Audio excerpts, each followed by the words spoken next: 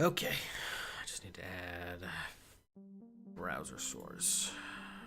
Boarding platform voice.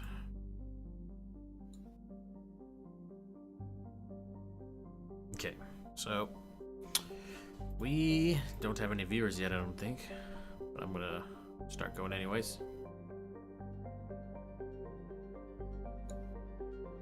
Nightbot, my faithful Nightbot. Well, I'm gonna probably port this over to YouTube when we're done, so we should be good. Anyways, so I'm gonna be describing, and I'm sure people will join in after. I need to turn this down a little bit because it's hard to think. Actually, I know what I need to do. This is all part of getting my stream set up. Need to turn Chrome down. Alright, so I'm here since we're waiting on some people to get ready to join. I'm here with Zerg. He's one of my loyal testers. Hello. Slash testing subject. So I recently don't listen to him. So I'm gamers. Most of you people watching this probably already know that, obviously. What's up, Scab? How you doing? You're one of my faithful viewers, just like Nightbot, except you're more humanoid. Anyways, so before we start our nightly gameplay stream, I'm just gonna go over some of the stuff that had to go into making Redemption, which is my map pack DLC. Beyond all the basic tools, mod manager that I developed, all this other stuff that I've done in the past, one thing I had to do was I had to write a bunch of new stuff into ME3 Explorer, and I actually developed a really big tool, which I'll, you can see the 720p version of my 1080p monitor here. And it, for some reason, has to rebuild now. So one of the big things that I had was pathing. Map design requires a lot of pathing. In fact, so Unreal Engine 3, there's the free version, which is UDK, and then there's Unreal Engine 3 where you buy I'm pretty sure the way it works is you buy a source code license. So they would hand you over the source code to the engine under like NDA and all that stuff. And they'd give you like support and stuff, but they don't take any royalties out of it. You would pay them like, $200,000 or something, or I don't know, a couple of $1 million. And they'd give you an engine and they'd give you support and all that fun stuff. And then UDK, you'd get royalties. You'd give them royalties, I think, on your game after it makes like so much money. But one of the things I think in Unreal Engine 3, the entire version, was you had the ability to place pathing nodes down, which are what these things are here on the screen. And though you could have it automatically build a pathfinding network. And like, that doesn't sound too hard. So what a pathfinding network is this is a top-down 2D view of one of the maps I just added. So I'll zoom it in here so you can see it. So you have like this little circle here is a biopath point. It's just a basic path node. A guy can stand here, like a Cerberus trooper. He can stand here and he can occupy the node. And then these lines coming out of the node are places he can go. So I'll zoom in a little farther so it's a little more readable. So for example, if a Cerberus trooper is standing here, he can go up to 844, or he can go down to 837. And these are cover links. I'm not going to explain what all these are, but he can transition to these nodes. So for example, if I'm standing down here, I don't know if you can see my mouse. Yeah, you can. If I'm standing down here and he needs to get up here, what the AI has to do is it has to be like, okay, my target is this far away. How do I get closer to it while following a path that can actually get me there? So what it does is it starts branching out and seeing, okay, does this node get me closer? And eventually what it does is it gets to like 12 jumps away. And then the complexity of the problem just gets so great that, like, if I'm so far away, the complexity of the problem is so great that the CPU will literally start to stall the gameplay. And I mean, when you're calculating this like 60 times a second for every frame, it gets incredibly taxing on the system. And that's why Unreal Engine 3, when they sold the whole license, one of the features was it would automatically build you the optimal paths and stuff like this. Otherwise, you'd have to place, I think, all this by hand and calculate it all by hand. I don't know the exact specifics, but it was like unbelievable. Like you can do it for free, if you want to kill yourself trying to not pay us. That's pretty much how it is. Or listen to M Gamers scream every hour of every night. These fucking triangles here, dude. These triangles are objectives, and they are probably one of the worst parts of adding maps. They're like super easy to put there, but they are really hard to get working right. So essentially, before I get off topic, I've had to build this tool that could view all these different kinds of nodes. So just a quick overview. This is a turret node. I know the text is wrong because that's the tag. These are cover links. These little shield things are attached to the cover links, and you can transition to the cover from a cover link. You have spawn points. You have basic pathing nodes. You have cover slot markers, which is where enemies will stop when they take cover. You have biopath points, which can be turned on and off. And then you also have these non-pathfinding nodes, which are just positions in the world where you can put down, like annex or disarm, and essentially you can point it to like another point. So you click the button, but the annex starts like 10 feet away from where the button was pushed. So there's a lot of little things that go in here, and there is a hell of a lot more that is really simple. Like for example, you can see there's some different sized lines here. There's a fat one and a not fat one. So while the nodes also have sizes, this one can fit boss units up to the Atlas. And like this little cover slot marker, an Atlas can't assume. So if an Atlas finds itself next to this node, it can't assume that node. In the idea that it can't say, I'm at this node, what can I get from here? So it can't look down these lines. It has to figure out a way to get back onto its main pathfinding network. And one of the biggest challenges is in multiplayer maps, there's always a path for big enemies to move around. Like the Atlas, this is a single player map, but it was also designed to always be able to support an Atlas. So the Atlas can go up here on the left and then come around here, and then he can come down here. But on single player maps, which we'll take a look at, we'll just take a look at another one. Let's just take a look at a normal one. Let's see here. This is MP4. I don't want MP4. Let's just. Oh, God. We have to type all of it in because I can't have four. I can't have 4 of these pinned to the left side of my monitor. Okay. I don't want a date modified. I want date compiled or name. So let's, for example, let's go to here. This is the bridge. So this is the bridge of Thessia. So you land over here, and I think you go, or maybe you land over here. I'm not sure which, but you cross the bridge one of the ways. But as you can, well, actually no. This one supported brutes. So as you can see here, Atlas wouldn't really have too much of a problem getting through here. I mean, these are huge nodes, so an Atlas can pretty easily breeze through here. But there's some areas. Of course, I had to choose the file that didn't. Okay, so here's an example. So like in the single player maps, the Brute and Atlas and stuff, they wouldn't be able to cross this because they couldn't transition down these nodes. And so the biggest problem with the single player maps is that there's a shitload of these. Especially Grissom. Grissom had so many of these nodes that enemies couldn't fit down. So they'd walk up to the end of the...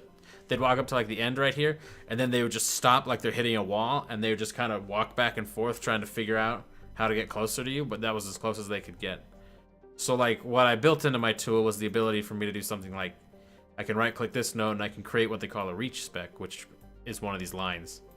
And then I'll just say, oh yeah, bosses can use it, and it can go to, you know, this isn't actually how you do it, but I could just be like, hey, yeah, now the boss can walk there. He can walk over here. So now, after I recalculated the specs and stuff, the boss will be able to walk down the line. And it's interesting because each one of these, you would look at this graph and you'd be like, there's a list of, from each node, a list of these lines. So this has 1, 2, 3, 4, 5 lines coming out of it.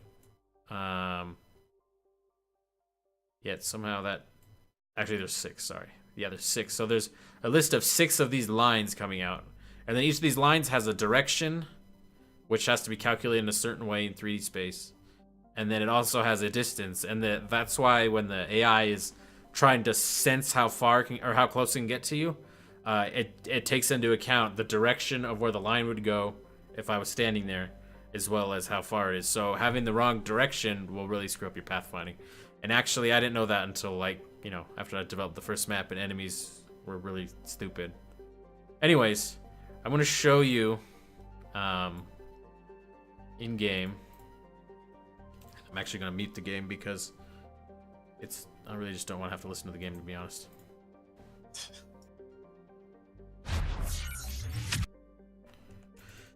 Okay. So I'll show you some of the multiplayer. Actually,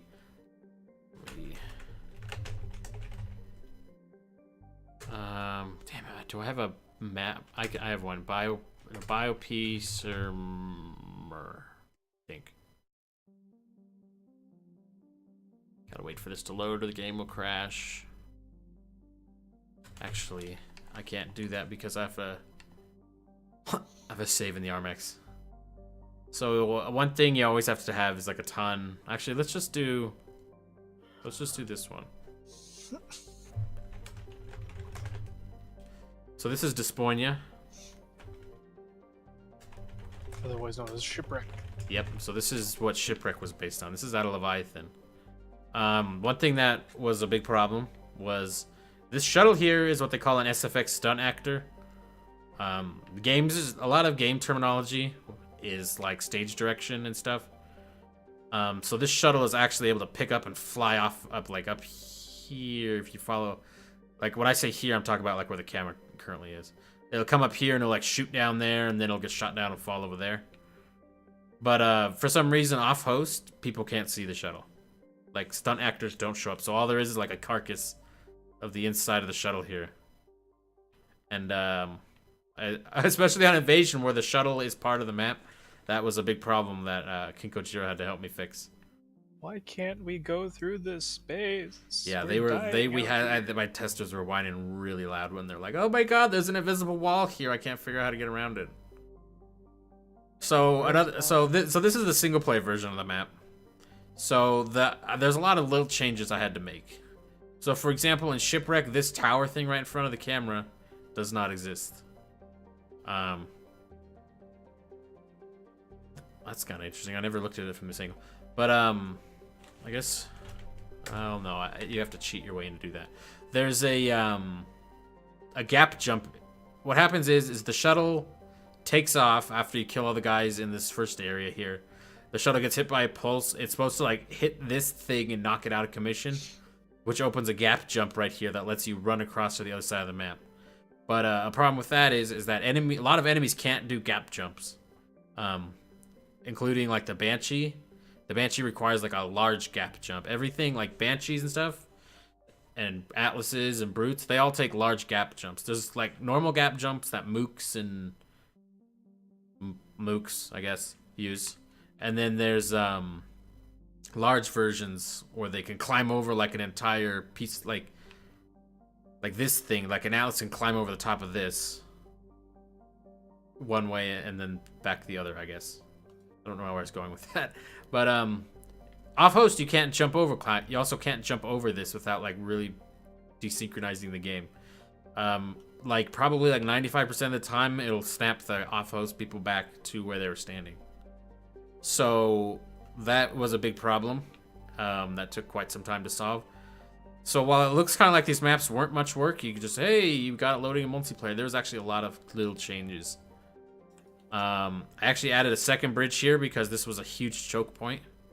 And actually, okay, I don't know why we're not. So please don't crash. Sometimes the game crashes in this mode. So I'm flying in debug camera mode, which means I have collisions. So like I can't drive through this wall or through the floor. There's a lot of interesting little collisions that you learn about. So for example, there's nothing in front of me, right? The little line in front of me also isn't triggering anything. But I can't just fly forward through this wall. There's actually a ledge. They call it a blocking volume ledge. And it's essentially a one-way collision. You can jump down from here, but... Well, you can jump up from there, but you can't jump down from there. So I'm trying to push the camera over it. It should pop through right about here. There we go. See, well, no, actually I can't jump through there either. Maybe I don't exactly understand how these fully work yet. But that's a ledge. That means you can't walk over the side of it. And that's what they use, like right here, to prevent me from walking off the side. But there's also something called a blocking volume, which is a volume that you can, I guess, land on. I guess in this map there isn't really any that I can see. But blocking volumes essentially, so like there's this box here, and you'd think that, well, you know, the box is a box. If you touch the box, you know, you can't go through it. But actually what it is this box is just a 3D model. And then there's a less detailed polygon. Like if you look, you can see there's a little bit of extra edges here. That would make the collision really complicated. So there's actually these invisible blocks that are the same size as this. And if you touch them, you can't walk through it. And the entire map is made of these. And it may seem kind of tangential, but the escort drone on this map had some serious problems because of blocking volumes. So for example, when we were testing, there was a blocking volume here. Oh, so that's what that ammo box looks like. The escort drone would start here, and then it would do its pathfinding search, and it would be like, I need to get over to the shuttle. And for some reason, the escort drone thinks it can use some reach specs, but not others. So like, I'll show you what I mean. So this is the pathfinding mesh. If we look from above, I think the way it looks in the file is actually like this. If we look like this, we can see the pathfinding mesh. Enemies will pathfind through this. I don't know if I can spawn it, get enemies to spawn.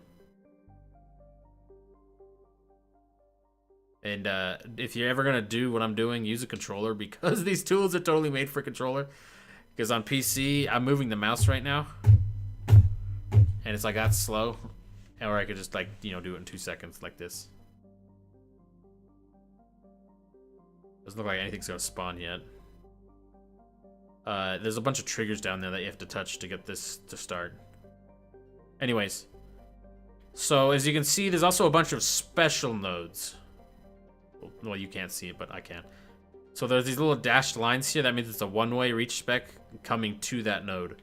So this node up here, where the points connect, is a jump down node to down there. So enemies up here, which the game will spawn a few up in single player, will come to this node and see, hey, I can jump down from here as long as I support that reach spec.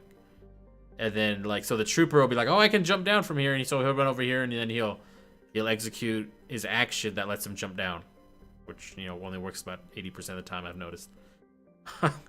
And then he'll jump down, but he can't get back up. Obviously, there's no way to jump up. There's no action for that. But if this was a boost node, there would be no way for him to jump back up, because when he looks for pathfinding, there's no actual connection up here. And that's kind of important, so enemies don't go up into areas that they're not supposed to. But like in multiplayer, I want them to go up there to put turrets down, so I had to add nodes or ways for them to fly back up. So I reconnected the bottom reach spec to the top. So we're gonna, oh, this is probably gonna crash the game. I bet this will crash the game. You don't do disconnect from single player. It's gonna be a black screen. Yep. Nice. Wonder, does this work? Oh my god, it does work. Okay, so yeah, actually this is another little interesting tidbit now that I'm here. So when you're in a lobby and you're waiting for someone to join, or you're in the main menu, sometimes you'll hear people like running. You'll hear like footsteps running in the background. Or you'll hear like someone change guns, and you hear like the as the gun like collapses on their back. What's actually happening is you for some reason spawn in as a character. And I'm not really sure why that is. But there's a bunch of characters, and actually they stack above each other's heads. And for some reason, that running thing, this character here will start running. And I don't exactly know why. But the other interesting thing is that the weapon bench screen is actually like right here. And the monitors are like where the HUD elements are overlaid. And so you have all this interest. See, like this is an objective device. It's really interesting stuff that you never notice. And so we're in like this little box area. Like, I can't get out of this little tiny box that I'm in. I assume these are just blocking volumes and there's... Well, actually, no. There has to be walls. This is a bad idea. Yep. This was indeed a bad idea. Confirmed. Well, I lost, Did you break something again? Well, I might have lost myself in the, menu system. Okay, well, we're gonna restart the game. But, we'll go through a few of the maps while we're waiting for Treg to return. And I'll show you the pain points. Objectives are easily...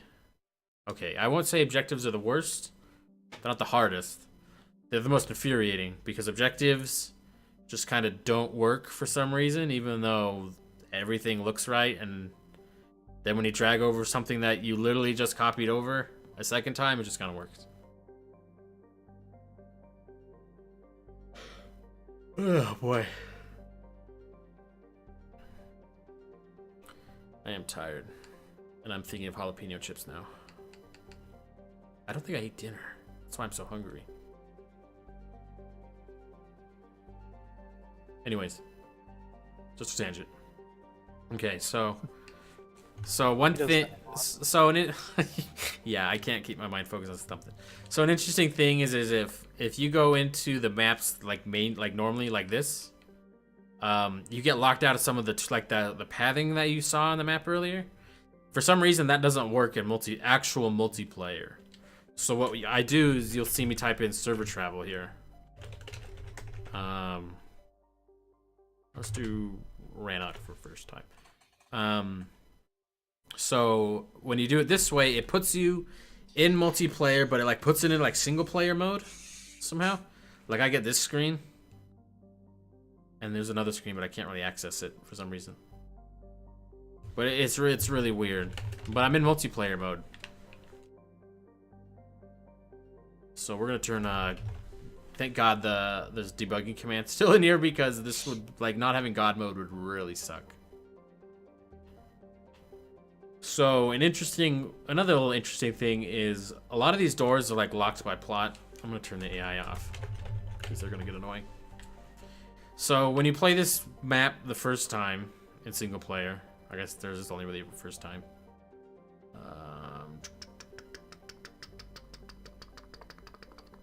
You come in from over here, and this is the pathing here is showing a file called biod gethn7a 310 turret. The biod stands for bio design.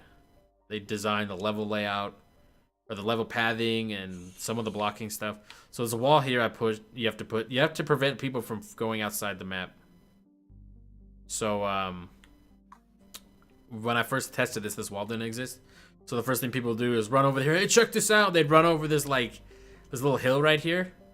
And then since there's no biod file that says, hey, you can jump up from here, they would immediately get stuck. And I'd be like, you idiots.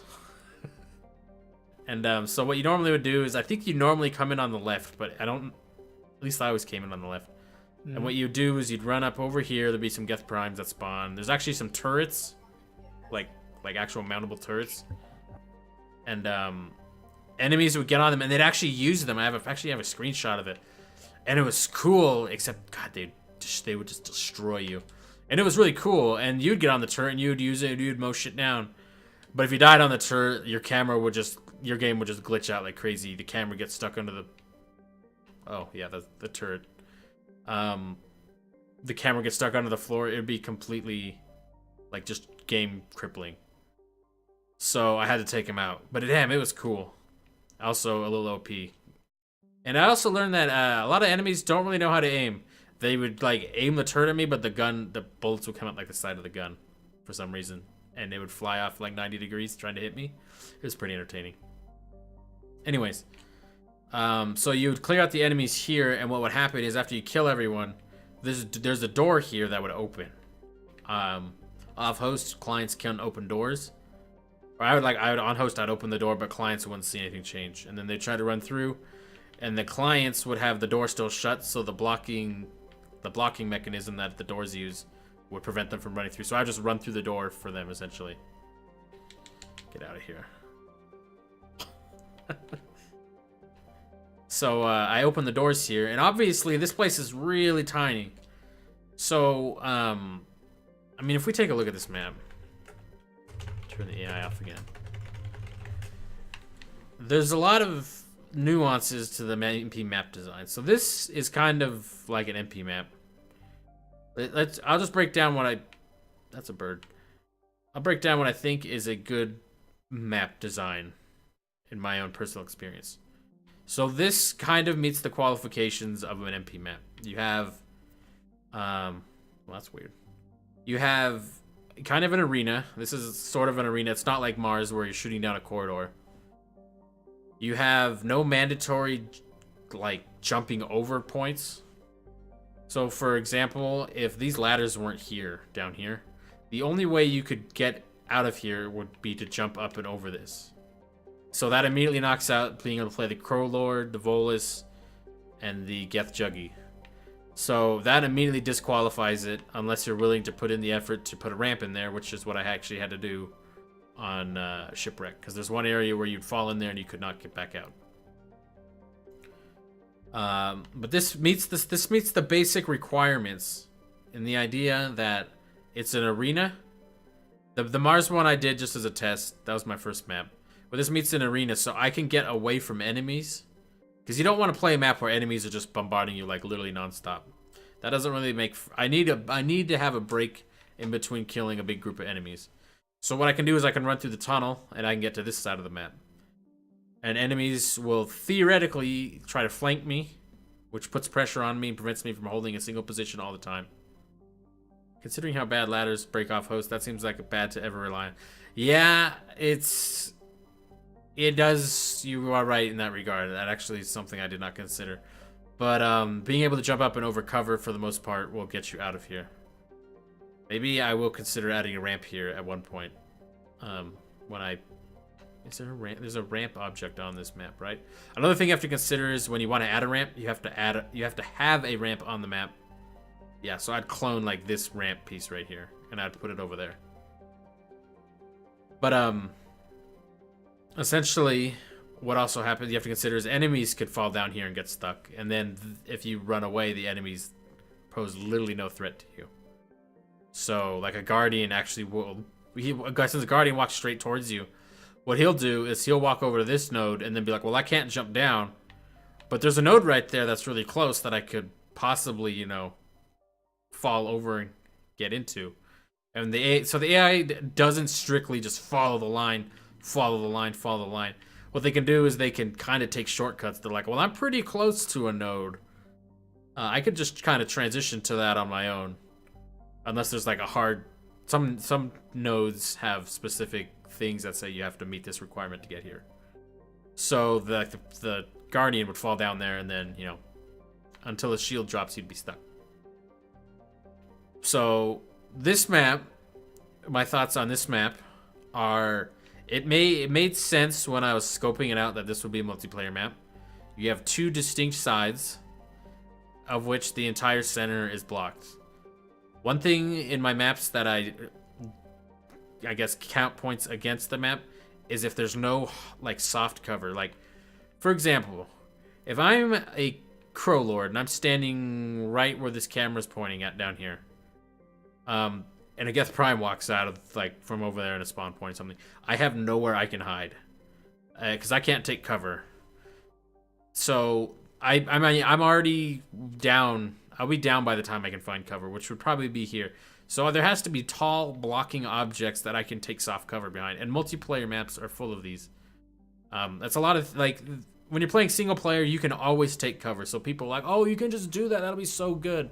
And that's one of the biggest problems I have with Grissom is there's like there's no decent soft cover for big enemies or big players.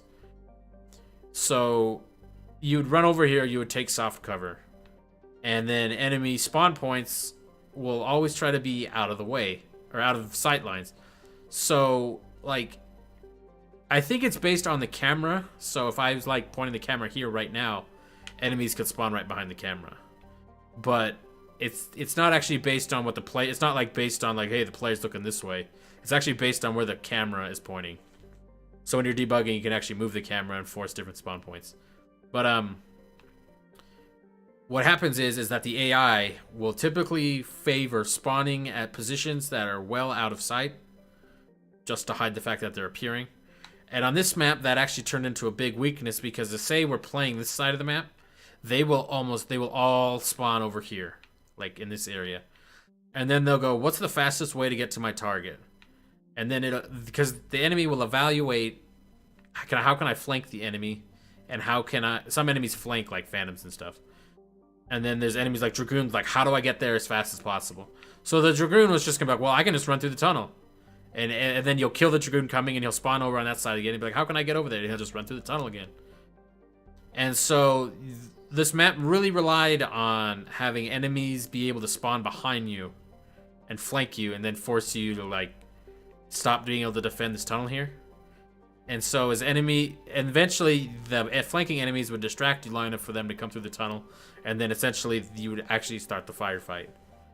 But the problem with that is when flanking enemies also spawn, they evaluate, hey, how far do I have to go? So like right here, I think is a spawn point at this little cross section here. Enemies would spawn here and they're like, well, I'm going to flank them. And so they would evaluate and they would look down this huge path and see, okay, I can get over there if I go all the way over here. Or I could run through the tunnel and then run down this side and go around. And I think the distance also factors in, because if it's going to take an eternity for the enemy to get there, the AI will be like, well, I'm not going to do that. And the way the pathfinding is weighted is all done in native because it has to be fast. So I can't look at it. What I mean by native, it's compiled to the processor itself rather than into a language that runs on all platforms through Unreal Engine 3's interpreter. But so what essentially does is flanking gets completely nuked because enemies think the easiest way to flank is also through the tunnel. So normally what I had seen people doing is they just stand here and this would literally just be a tunnel full of dead enemies. It was fun, but it wasn't that awesome. Another thing is the enemies could not fit through here by default. There was actually significant pathfinding to fix. A lot of these lines were not big enough. The reach specs were not big enough for enemies to think they could fit down there. And then even if the lines were big enough, they would walk forward and then get to a node that wasn't big enough. So they'd be like, well, I can't assume this node. And so they would just turn around and go back to where they started. And so enemies would walk, especially in the tunnel, they'd get stuck at the walls and the entrances. And then they'd be like, well, I'm not going to bother. And so I kind of forced the sizes. I was like, hey, you can fit in here, even though I'm pretty sure you can't. The Atlas definitely doesn't fit with his height.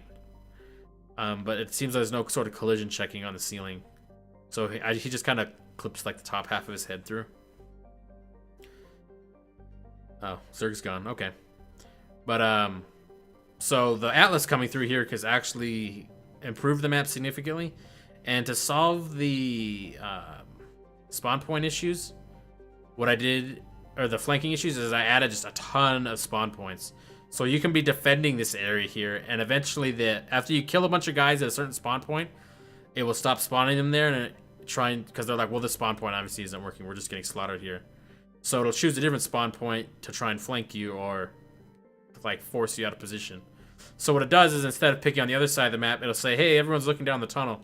It'll spawn someone like down here, or most times I've noticed they start spawning down here, and then you have a Geth Prime come around the corner and start shooting you over there, which immediately distracts you, and then your little hidey hole bunker down area starts falling apart.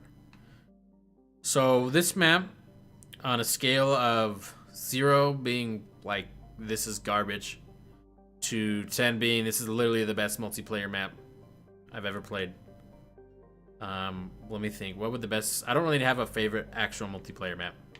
I would rate this as about a 5 out of 10. Because while it serves as a decent map, the huge wall between this effectively disables any enemy on the other side of the map from shooting you. If you think about Hydra, enemies spawning on the other end of the map from LZ, they still pose some sort of threat because they still have a line of sight. But this map, they have no line of sight. So if you kill everyone over on your side of the map, you are there is no threat until the enemy walks to the other side of the map. And that's something that I did not really consider when I played Mass Effect 3 multiplayer, is that the map design factors in huge. There's fun enemies, but the enemies aren't fun if they can't shoot at you. So that's what that map is. I would say that's what that is. So we're gonna go to, let's do Grissom next. This was I think my second map I did.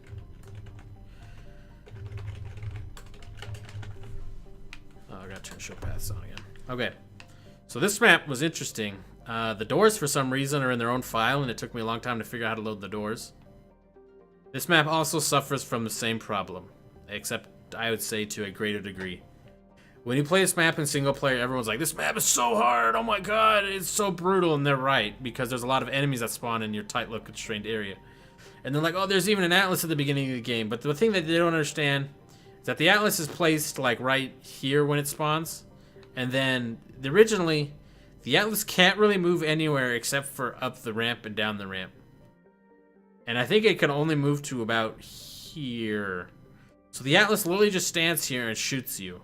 If you like stand down like here, the Atlas doesn't even, the Atlas is literally not even a threat. And so the like, it's like, oh my god, the Atlas is hard. But then when you think about it, the Atlas can't even move. So people were always telling me this would be a great map. So this is one I put a lot of work into actually getting working. Another big problem is this side of the map. This is what I call the, where's the, oh, disoriented. This first half of the map, this is the first half of the map. This first half of the map was never designed to have an Atlas in it. So especially this area right here, all these little boxes, an Atlas can barely fit through these. And that's only by me forcing it through. In fact, the Brute, I can already see the Brute won't be able to fit through here unless I made another connection between two of these nodes. And so essentially what happens is you could stand right here in the Brute and the Atlas and then would never get to you. So pathfinding for big enemy, like mooks and stuff, all these maps work perfect.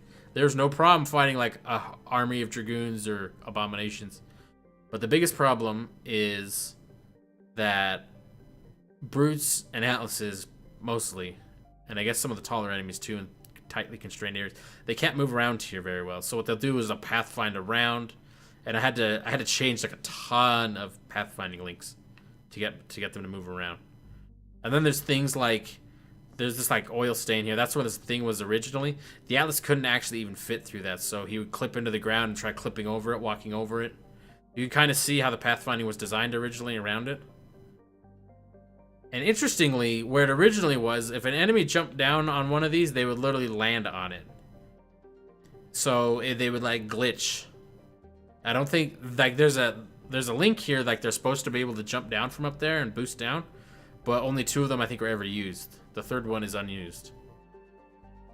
And then another problem, especially on this map, is to get over to that side of the map, you either have to come up to the top and come through here and then come back down, which is a really long time in terms of how long it takes to walk. Like a Brute going up there and coming back down is probably like 20 seconds, something like that. That is like 18 seconds of no threat, which is, when you're trying to have a bunch of enemies keep the pressure on, that not having any threat kind of makes the map boring. And we actually had that. I'm considering adding what they call a large mantle node, which allows an enemy to climb up, like an Atlas, climb up and take some steps over this. But the problem is there's a big blocking thing right here that prevents you from being able to jump over. And it would take quite a bit of modification to work. Speaking of large modifications, there used to be walls here. The Guardians normally, what normally happens is there's a fake door on this side and there's an actual door on the other side. And then the door opens after a while and some Guardians walk out and like ambush you. And the only thing that really ever happened was an Atlas would come up here and then hit his head on the wall here. And so I had to, it took me a long time to figure this out, that this was he can't assume the node. So, or he can't transition down the link, so he'd hit like an invisible wall, and then he'd be like, I don't know how to get over there because I can't see I can't fit down these paths, so I don't know how to get over there. And this was before I wrote that pathfinding tool. As you can see, there's a missing link right there. And believe me, doing this by hand is fucking awful. It was like I was raging so hard that I wrote a tool to do this for me. So this map, and then they can go through the bottom. Enemies that don't know how to get directly to you, or are within a certain radius of you in three-dimensional space, will immediately try to go straight towards you. So what happens is an Atlas will be like, I'm gonna walk down here, and then say you're like up here standing here, and the Atlas is targeting you. The Atlas is gonna be like, well, I'm really close to you, I could just walk straight towards you, but it's like I can't walk straight up, so I'm just gonna kind of, you know, shoot up at the ceiling, even though that doesn't do anything. This game handles verticality very poorly. If you've ever played multiplayer, you will know on, especially with Nemesis, on what do you call it? Dagger. At the end of the wave, you'll always find a bunch of Nemesis under the main area on Dagger. They come up to you, and they try to think that's the closest they can get to you safely. So, and that's just one symptom. It's really heavy on this map. And then there's also things that are fun on this map, and unfortunately you can't see them. But, like, so check this out, for example. This is a bug in the pathfinding. There is a wall here that you can't normally walk through, but there's a link going right through the wall from the right to the left. So an enemy will try to walk to this node, and then he'll hit this wall, and then he'll try to pop over it, and then it looks really ridiculous. In fact, there's a really weird one where there is one from this one right at the front of the camera right here. It's kind of hard to see on the little 720p screen. But what it did is the brute would just try walking over the wall, and then he would charge while he was standing on the wall, and he would just fly over and fly down into an area that he couldn't get out of. So there's actually a lot of bugs in the pathfinding. So I guess for this map, I would say I'd probably give this about a 5 out of 10 as well. After modifications, before modifications, I would say this map would be a 2 out of 10. Like, it works for what was it works for mooks, but for anything else, it really sucked. And then the other thing is these lines coming down from up here. I originally had these as spawn points, but it just takes so long for the enemies to come down. Like, if you spawn 5 enemies up here and there's only 3 drop downs, some enemies aren't smart enough to be like, oh, I'm going to go use the third one or the second one. They'll all just get in a line. And then they have to wait for the bottom to get unoccupied. And then they'll start. So, like, 5 guys going down one jump down node or boost node would take, like, 40 seconds. In which case, they still pose no threat. So you have 40 seconds of 5 guys posing very little threat. Unless you have science spawn up there, which happened. And then there's a very real threat because they just rain death from above. So we'll go to... I'll save Shipwreck for us. Let's do Mars. Ah, I just crashed the game. Good job, me. Yep. That was not the right file name. Mars was the original version of the map that I had. And then I tried using my tool to make Mars 2. And then I realized I could just load the file that was in single player and multiplayer. And that became Mars 3, and everything looks good in it. Oh boy.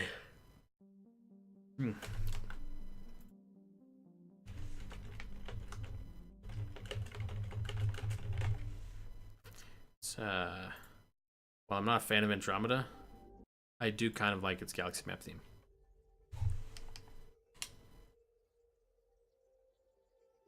Though this one's really quiet. Like every piece of audio in this game, it seems to be really quiet.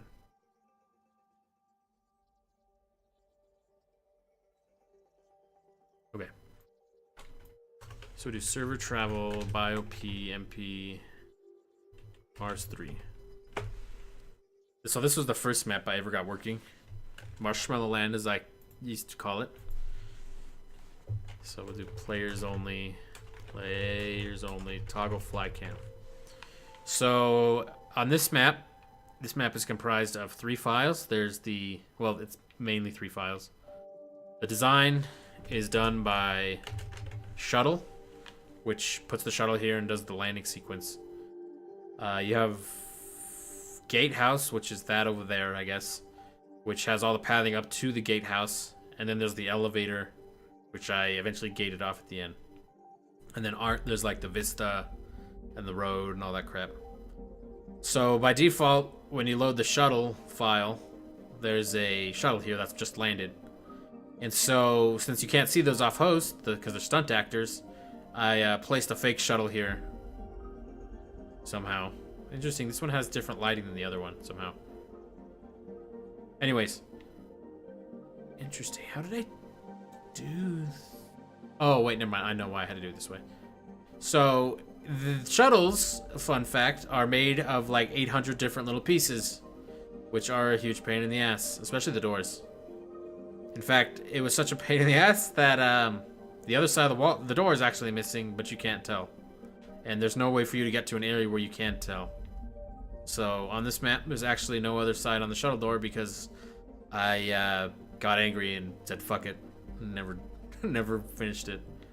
So, one interesting part of this map, because it's a really boring map, is I lowered the gravity to negative 371, which is what Mars gravity is in centimeters per second squared.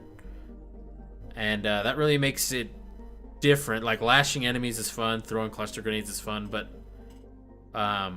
you fall farther, your grenades fly a lot straighter. It changes it up. This map's really boring. A lot of people have told me this is like Rio, except worse. And I can't really disagree with that. I didn't make these to be the best maps. I mean, I can't edit these maps. These are single player maps. They don't exactly have many multiplayer design ones except for RMAX. But I'm trying to think where I was going with this. I originally chose this one, I think, because I like Mars. Interesting, there's no connection here. I would have expected there to be connection there. But I chose this because I like the Mars theme. I also like... I was doing an original map because I wanted to have big open areas for enemies to walk around. Like, I didn't want to have to screw with pathfinding like on Grissom Academy the first time I did it. So what I did is I did Mars, and so I put the spawn point up here. This actually introduces a unique how would I describe this? I'd say a unique decision. Let's go with that to the player. A couple of people I've watched play, like what they do is they'll run down here, and then they'll like shoot down from here until wave 3, which lets them essentially cheat. And I mean, I don't have a problem with that. If you want to play that way, go right ahead. I personally don't do that. But I thought it'd be cool to kind of have like, hey, you run out of the shuttle and you got to get on the battlefield. And one interesting thing that this does is when you start a match, there is a 8 seconds till the, I think it gives you 18 seconds until the match, the waves start. The guy blabs for 8 seconds, and then I think there's 10 seconds until the first wave starts. So by the time everything loads and you start running, it takes almost probably about 12 seconds to jump down from here, especially with the lower gravity. You kind of fly over here and then get stuck in midair for a second. And then by the time you get down here, the enemies have already spawned and are already setting up positions. So the first wave of this, assuming you play it like I expect players to, the first thing that happens is they will encounter enemies in better positions than they have, especially because they can spawn behind them. This map doesn't have much ammo or grenades. This map actually didn't have any grenades on it to begin with. I had to... Yeah, here's a grenade. It also blends right in. So I had to actually take a file from Sanctuary, one of Sanctuary's levels in single player, and then load it in here and take everything out of it except for the grenades, and then put them on this map. So there's a little bit of grenades, a little bit of ammo, you know, the usual. An interesting thing that I have noticed since we started playing is on this side of the map, I wish I could fly faster. Maybe I can. Toggle debug camera. Debug camera has a faster camera. So what you would do is you'd come down here, and typically what happens is there's two play styles on this map. You either hold this side, which is really good for sniping because you have the high ground. You face minimal resistance on this side because the only place you get flanked is when enemies spawn up here, and they're not that big of a deal. Typically they won't spawn down here, they'll spawn up there, so they have to be jumped down. So you can stay up here, but the cover kind of sucks. There's this. I don't know how this qualifies as cover in this game, but I guess it does. I don't know how, you know, a railing provides any sort of cover. But that works. But there's also the only ammo is over here. So what happens is the players that are camping up here with their snipers and stuff have to move up here to get ammo. But the trade-off is that they don't have anyone spawning behind them, so you can hold the position pretty well. Now, if we compare that to the other side, and this wasn't by design, I put ammo on this thing here because I'm like, well, this is a pretty convenient spot. I didn't want it to be too far away. You don't want to have to run like 1.5 miles for ammo. I'd put this here, but you can take cover here, and you have really good cover, especially coverage from the right side, and you can shoot out there, and you get pretty decent range. You don't get as good visibility, I don't think, as that side, because that other side could see these spawns back here. But the trade-off is that the spawn point back here is hidden, and enemies will spawn here. So you can camp here really easily, and you get like unlimited ammunition, and it's really fun. It's just a good defendable position, but if someone's not holding the back, they'll spawn and flank you, which on this map really sucks. So you take a trade-off. Do I want to camp one area and have to, you know, risk my life to get grenades, especially when there's a Ravager, especially Science. Science are savage on this map. They have good lines of sight, and their grenades are really strong because they stagger you, and the low gravity makes you stagger right into where the grenades explode. So Scions are really good. Or you can be on this side and camp the ammo at the risk of them spawning behind you, which really sucks if it's a Phantom because then it stabs you. Or you could be a masochist and hold the center, which we've done, but most times we end up like these dead dudes on the ground. I guess the only other interesting thing that I have note on this map, and this is a bug in single player. So there's this ramp here, and I collide with it as I fly around. But when something ragdolls, it uses different like physics or collision detection. I'm not sure exactly what, but this is in 2 of the maps that I've played. As you ragdoll, you'll just fall right through it. So you would fall down like under here, and then guy would be like, well, I can't reach you, I can't revive you. So while you can walk on here, you'll just die and fall into the ground. And this happens on Sanctuary, and this happens in single player too. If you're playing it on PC, or I guess technically you can do this on consoles too. If you walk up here, just try standing here and letting them kill you. You'll fall right through the ground. You'll hit the ground right beneath because there's a blocking volume there. But and it also happens actually in here. I can't do it because there's collision detection here. But enemies will fall. You'll just fall right through the floor if you die in here. There's no like proper collision for the floor, and that makes sense. They're not supposed to shoot you in there. But it's interesting that all these other areas of the map don't have that problem. So let's see, for this map, in terms of fun, I would say for what I would rate this map, I would give it. It really depends on your play style, but the consensus I'm getting from people is that this is a 4 out of 10. Most times you play this, it's kind of boring because there's not a lot going on here. It's a big vertical chamber. Snipers have fun. It's not a bad map. Enemies move around. If you look at the pathfinding here, Alices are going to follow the nodes. So you can see they don't fall, like, for example, like when they come down, and it's on this on all maps. Let's just simulate really quickly before we go to the next map. An enemy. I'm going to go down this path. So I want to get to the other side of the map. And I want to take less time as possible. So I'm going to go to this node, and then I'm going to go to, that's not a node. This node. Then I go to this node. Okay, so I can either go right down to here, which probably won't fit an Atlas because it's too close to the side. So I'll go down to the left, and then I'll go to the right. And as you can see, I'm kind of zigzagging. So I hit this, and now I go over here. And then like this doesn't even connect over there, so I run all the way over here. And then I guess I go over here, and then I go over here. So you can already see there's a weakness in the pathfinding. Like these two nodes from right here to right here, these should probably be connected. Because enemies kind of zigzag. It makes sense to have zigzags, and mooks should be able to zigzag and avoid your fire and spread out easier, especially if they all spawn at once. But oh, I forgot about these commands. But what really is stupid is that atlases shouldn't zigzag because, you know, like for example, if an atlas hits this node right where the camera's at and he wants to get to this node for his next one, he can't. He has to take a detour over here, and then he has to take a detour over here. And so what happens is the atlas and the brute look kind of ridiculous because they don't know how to walk on a straight line.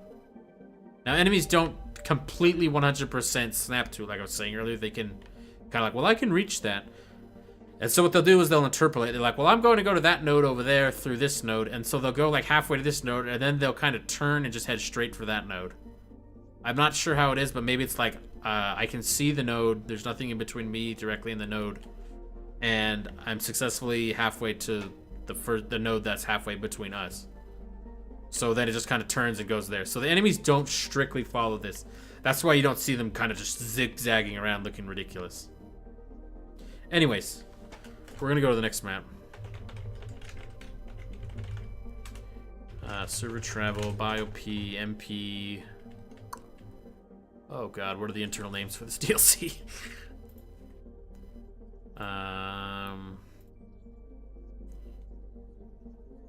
Chronos.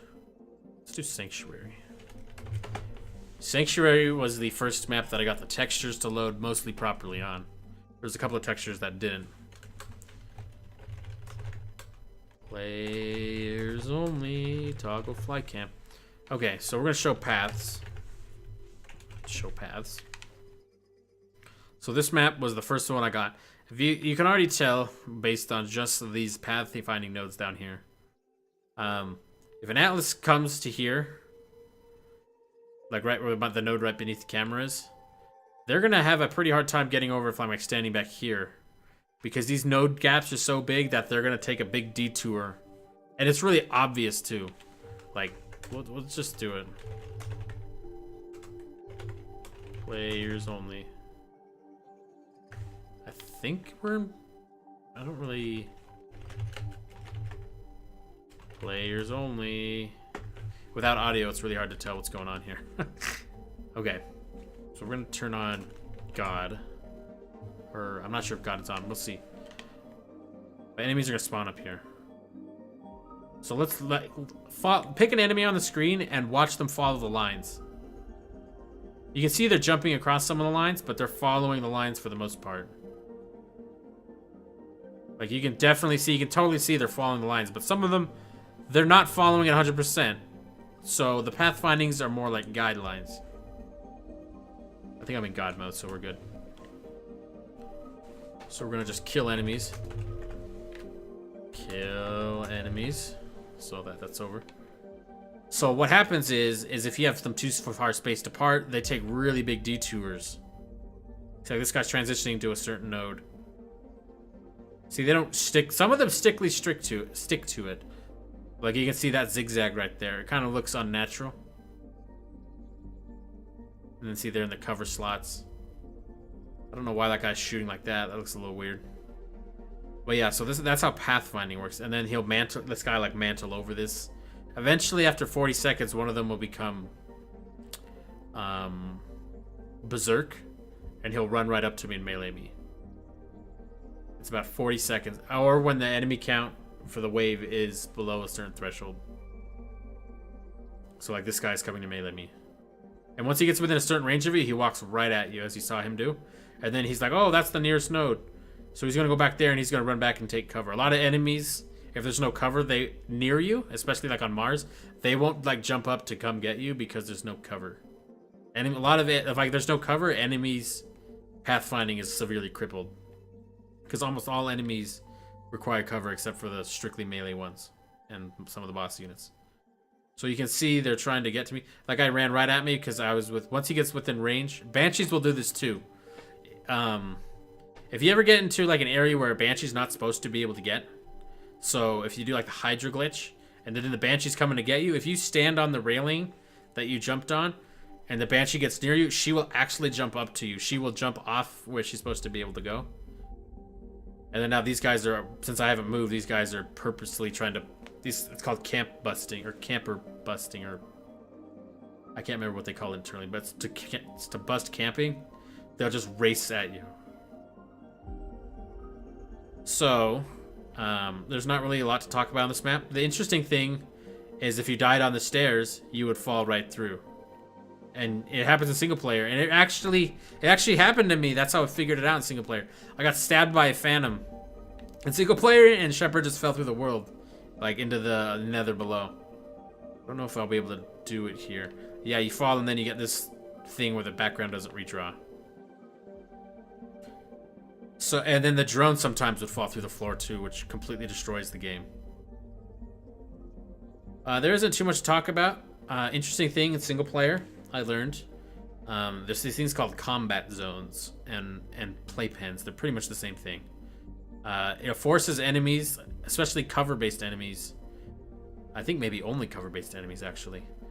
What it does is it forces them to only be able to take cover in certain areas. So an enemy could run all the way up here to like chase you down for something, and then they'd be like, okay, I need to take cover now. And then they're like, shit, the only 2 cover nodes I can use are up here.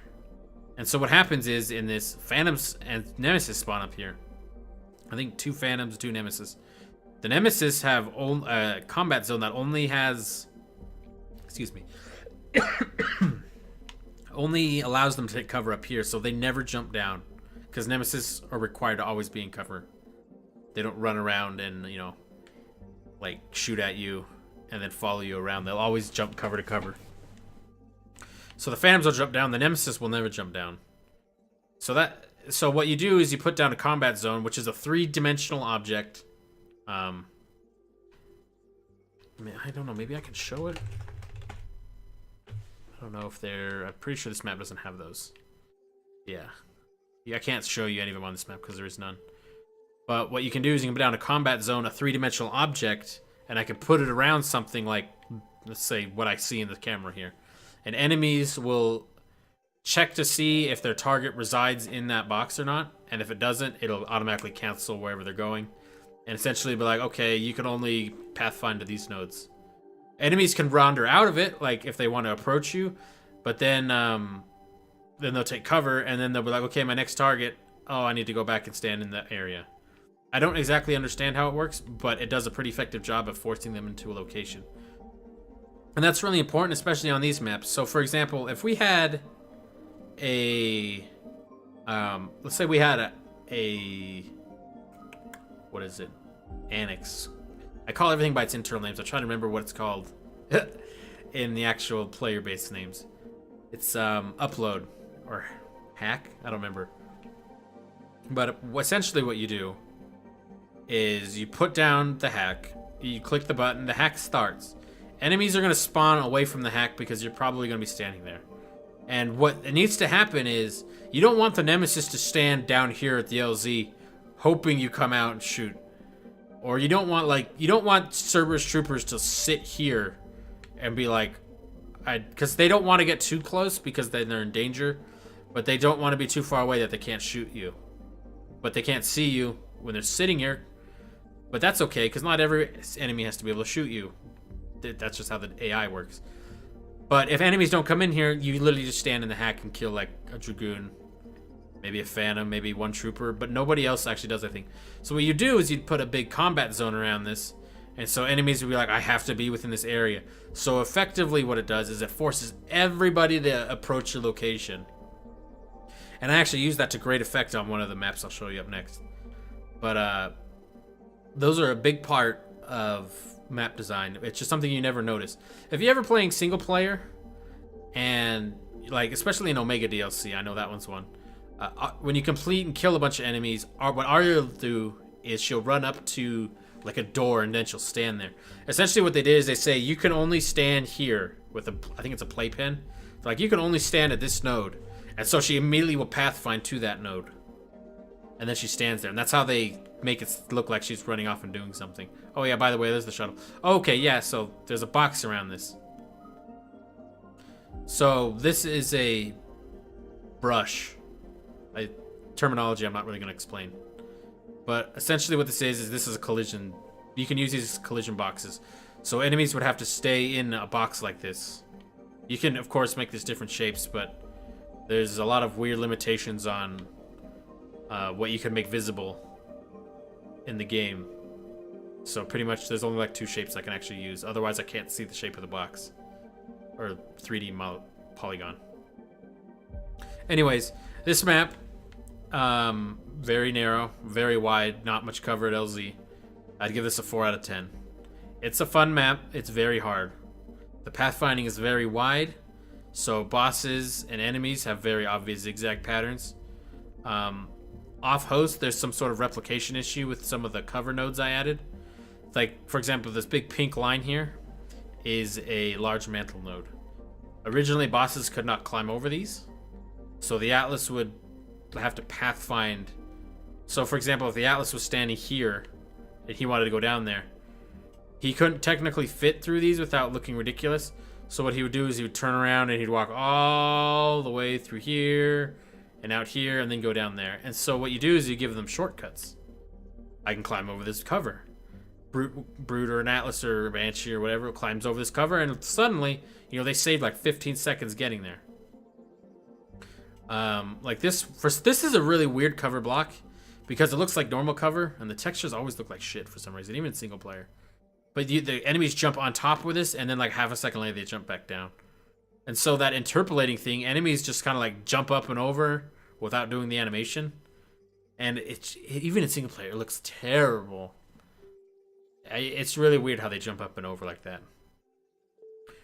But so you add like jumping over them, but for some reason off host, they'll walk up to the node, and then the game server tells the client, hey, they're performing this action, but it's like it's like one of the indexes is wrong or something. So what happens is it's like they're actually transitioning over this node, but what they think the node is being transitioned over is like over here. So the Atlas will be like climbing over this on host, but then off host, the Atlas will fucking like run like 800 miles an hour over here because it interpolates, which means it gracefully, I guess, goes from point A to point B. Kind of like, let's say like, instead of like a jump cut, like where, you know, I don't know if I can. So this is a jump cut, I'll show you. This is a jump cut like this. It's immediate, it's in your face. So it'd be like a teleport. But an interpolation would be like this. It fades in, it gradually gets there. So an interpolation would be it gradually moves from point A to point B. But since it's sending the wrong data, the Atlas would gradually, very quickly, this is the course of a couple, maybe like half a second, it would gradually, you know, teleport from over there to over here. So it would fly through the walls, and then after a few seconds, it would just teleport over here as it resynchronizes its location. And I have no idea how it works. I've written a lot of tools to try and figure out what the hell's going on, but none of them have panned out. So as I add these things for them to climb over, like I added the ability for them to climb over here so they can use this side's cover, so they don't have to navigate around to the other side. I added them the ability to climb over this thing, and I added the ability for them to climb over this thing. So enemies big enemies should have an easier way getting down there, but off host it kind of looks ridiculous. Another thing, for some reason, these stairs are so steep that enemies have a seriously hard time figuring out how to walk up them, which is unfortunate. Anyways, 4 out of 10. It's a big map, large pathfinding node, large node separation distances. Makes it really jagged. Overall, I thought it would be a good map. It's not a bad map, but we definitely got better ones. Okay, we got only a few more of these to do now that we've covered all the, you know, super details. Cron 2. This was the last map. The last of the original 6 that I did. Once I started figuring out you could just load single player maps or single player level files. We're gonna turn the AI off on this one. We have to wait for them to spawn first though. Come on. Spawn, please.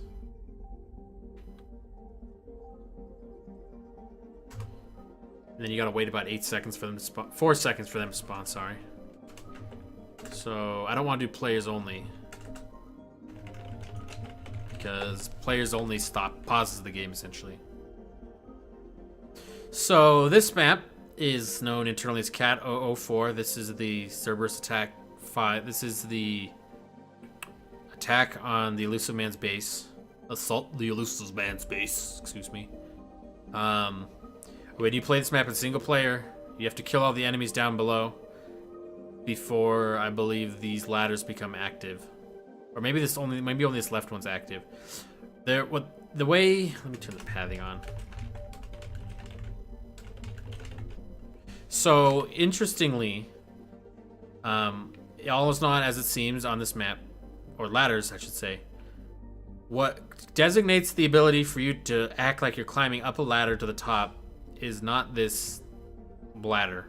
It's actually a ladder node, which is right here, and you walk into the volume, it triggers, and then it's like, okay, what's the destination? And then it makes you start walking in or changes you into an animation, which will go straight up until it gets to like a certain point, at which it does like the climb up and over, and then it pushes you off the ladder and faces you away from it.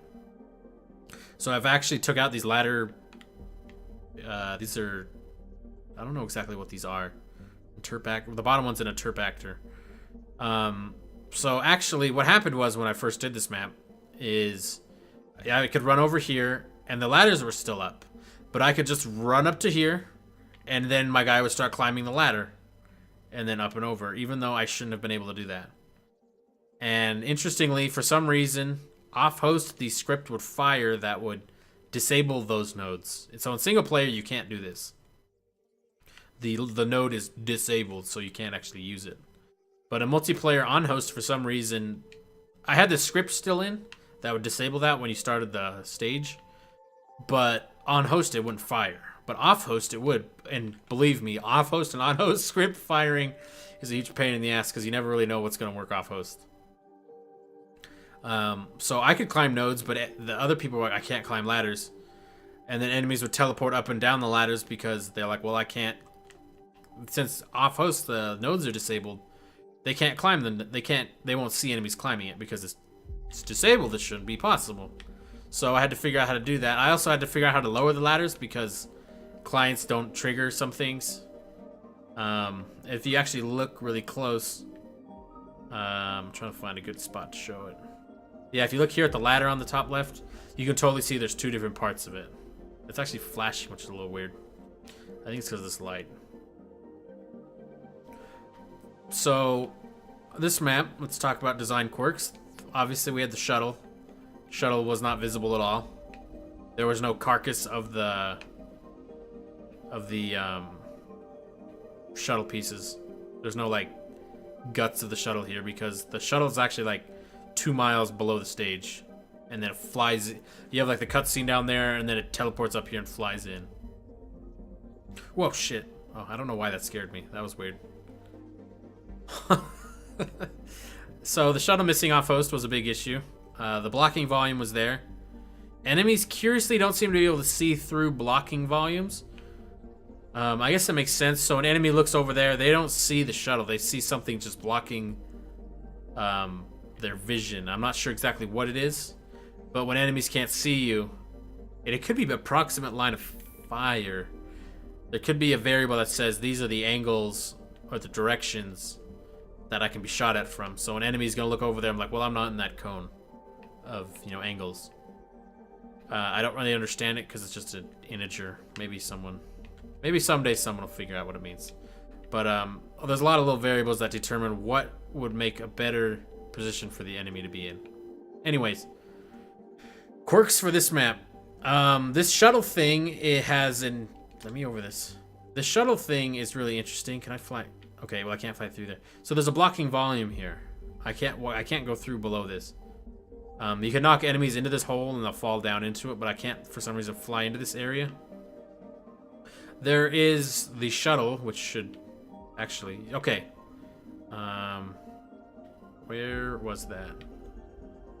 Okay, so you see this line here? You see? I don't know if you can see it. There's this line kind of right here. I'm moving it. It's in the center. That means there's a collision here that is being detected as blocking for some reason. It's very interesting. SFX skeletal mesh act. There's nothing here, but this blocks gunfire for some reason, but there's nothing here. The shuttle is underneath the ground right now, or out there. It might be hidden actually. But it's very interesting because enemies will try to shoot through this invisible piece of cover that blocks all your shots, and it's really annoying, and I have to still figure out what it is. Because you'll be up here shooting down there, and then you'll just be hitting some thin air. I was actually watching a video of someone, and they shot 5 missiles and never hit one of their targets even. It was pretty funny. Off-host, this actually synchronizes for some reason, so if someone was to join in progress, it's interesting how the shuttles line up and launch at the same time. A lot of times in single player, it shouldn't have to, like, why would you need to synchronize the state of the shuttle with anything, with clients? There's no clients. You're the server. There's no one else joining the game. So it's interesting that that actually works. Another interesting thing, and probably a big weakness of this map, big enemies cannot get up there or get down. The only way up there is 2 ladders and some boost nodes by default, which are some of these. This interestingly angled one is a large boost node that I made for the Banshee to get up. For a while, I didn't realize crabs could also use it. So crabs would try flying up here and miss, and then get stuck. They're also, interestingly, Geth bombers would fly up here to the dismay of many. So what a lot of people like to do up here is stand right here and shoot down. But Geth bombers are, for the most part, silent. You never really hear them. They'll just, cruise up here, sneak around behind you, drop some bombs and kill you. And that'd be that. Pathfinding up here was a huge pain in the ass because enemies could not get through this area very well. In fact, it's a miracle that they fit at all. Atlases, again, clipped through the ceiling because these aren't tall enough. But that's not a big deal. This big-ass oil stain is actually a pre-baked shadow for an object that used to be there, but was removed. They pre-bake shadows, like shadow textures, I think, onto the ground, so that it doesn't have to compute where to put a shadow. It's just an optimization technique. If an object never is going to move, and the object it's casting a shadow on is never going to move, why bother calculating where the shadow is going to be at runtime when you can just do it at compile time? The problem is when you move any of those objects after compile time, all that shit's still there, so it looks like a huge oil stain. And I actually removed that, and apparently never fixed the pathfinding because the Atlas would have a hell of a time getting through here and fitting, even with the updated sizes. So there's not really too much more about this map. I hear on rejects Atlases don't work. It's probably because there's some pathfinding nodes in these rooms. It's hard getting a pain in the ass to get over this. These pathfinding nodes are in a separate file, which also contain all of the enemies that spawn, which is pretty much every Cerberus enemy. And that's conflicting with the AI for this Cat 6 Atlas, and I think it breaks it. So what I may do is I may just extend some nodes in the original BioD file into here, so enemies, if for some reason they're hiding out in here, the enemies will still be able to walk in here. It's not that big of a deal because I don't have to make it all complicated like this. I can just have it come in here because once an enemy gets close enough to you, they will immediately approach you. So if I just have one node that comes in here, the enemy will walk down to this node, see you, oh, I'm going to run at you now, and then, run back. Let's see, is there anything else quirky? Big enemies can't get up and down, so this map can be pretty easy. Upstairs, another thing, I guess, the drone. Objectives, oh boy, let me rant on those for a little bit. Objectives have 2 kinds of spawn locations. There are ones that are on the floor. Most times those are disarms, but not always. And then there's ones on tables, which are like chest height. And when they're at chest height, the escort drone cannot spawn it. It cannot use those because the escort drone spawns 50 units up from the ground level that you're sitting at, or that the object is sitting at. And what the escort drone does is it has to get onto the pathfinding network. So it requires it to be on the floor so that when it spawns, it can find the nearest pathfinding node, which will be approximately at the same level as 50 above the ground. And so that's all nice and dandy. But what if I put a... And since the escort drone only spawns on floor objects, if I put a floor object up here, and I put another floor object down here, where an objective point can be placed, they're not... I'm pretty sure... I never tried this, because I designed around it, but I'm pretty sure the escort drone isn't going to be like, well, I'm just going to go use the ladder. Escort drones, as far as I'm aware, don't use ladders. So what the escort drone will do is it'll spawn, and it'll be like, I can't find a way down there. And the wave will immediately just end. And that is, not good design. So what happens is there's no disarm points upstairs. So wave 3 comes around, disarm happens, everyone's holding upstairs. Everyone has to come downstairs now. And so now that I know how to do table nodes, if you do table nodes, escorts don't spawn. I can put table nodes up here. But the problem with that is, you might be thinking, well, now I have to run up and down these huge ladders, which, climbing up the ladder leaves you really exposed. You can die easily climbing a ladder on this map. Is where a big bug for objectives comes in. So there's there's the floor and there's table. When the game is checking what nodes can be spawned on each map, or what objectives can be spawned on each map, it only checks this. There's a list of mesh assets. Meshes are like 3D objects, like this tank here. And there's ones for the floor that are supposed to be on the floor, like big ass boxes and stuff. And then there's like table things like Reaper indoctrination devices, I think is one of them. Essentially what happens is it's like, okay, is there at least one table objective up here? And you're like, yes, I put one up here. But then it's going to be like, okay, great, let's do 4 of those. But if you only added 3, or if you even only added 1, it's going to be like, well, I don't know where 4 of them are when the objective actually starts, rather than just the wave starting and it chooses what objective. So what immediately happens is the wave will fail. And it took me a fucking long time to figure that out. And still, I don't exactly know what determines if an objective can spawn. You can put down a point that just says annex. And sometimes it will work. And sometimes it won't. If I drag the exact same stuff from one file into my file, it'll work. But I can't explain why. Each objective point, you can't see them here, has a position, or has a list of what can be spawned at that point. You have annex, you have retrieve, drop off, and pick up, which are unused. At least unless you turn that objective on in Mod Maker. There's extraction point, which is required for both assassination. I don't know why assassination requires an extraction point. And then there's also retrieve DLC, which is the pizza run. Because there has to be an extraction point to take it to. So if you don't have extraction point, you lose like 2 objectives immediately. And then annex is its own thing, and disarm is its own thing. For some reason, annex doesn't even spawn on some of my maps, which is a huge pain in the ass, and I cannot figure out why. Disarm sometimes skips, so you have to thoroughly test. And it doesn't always do it. Like, it could be like, well, I'm gonna pick floor ones. I'd be like, okay, it works, cool. But what you have to do is you have to cycle through it like 8 times. So I'll just show you how I do this.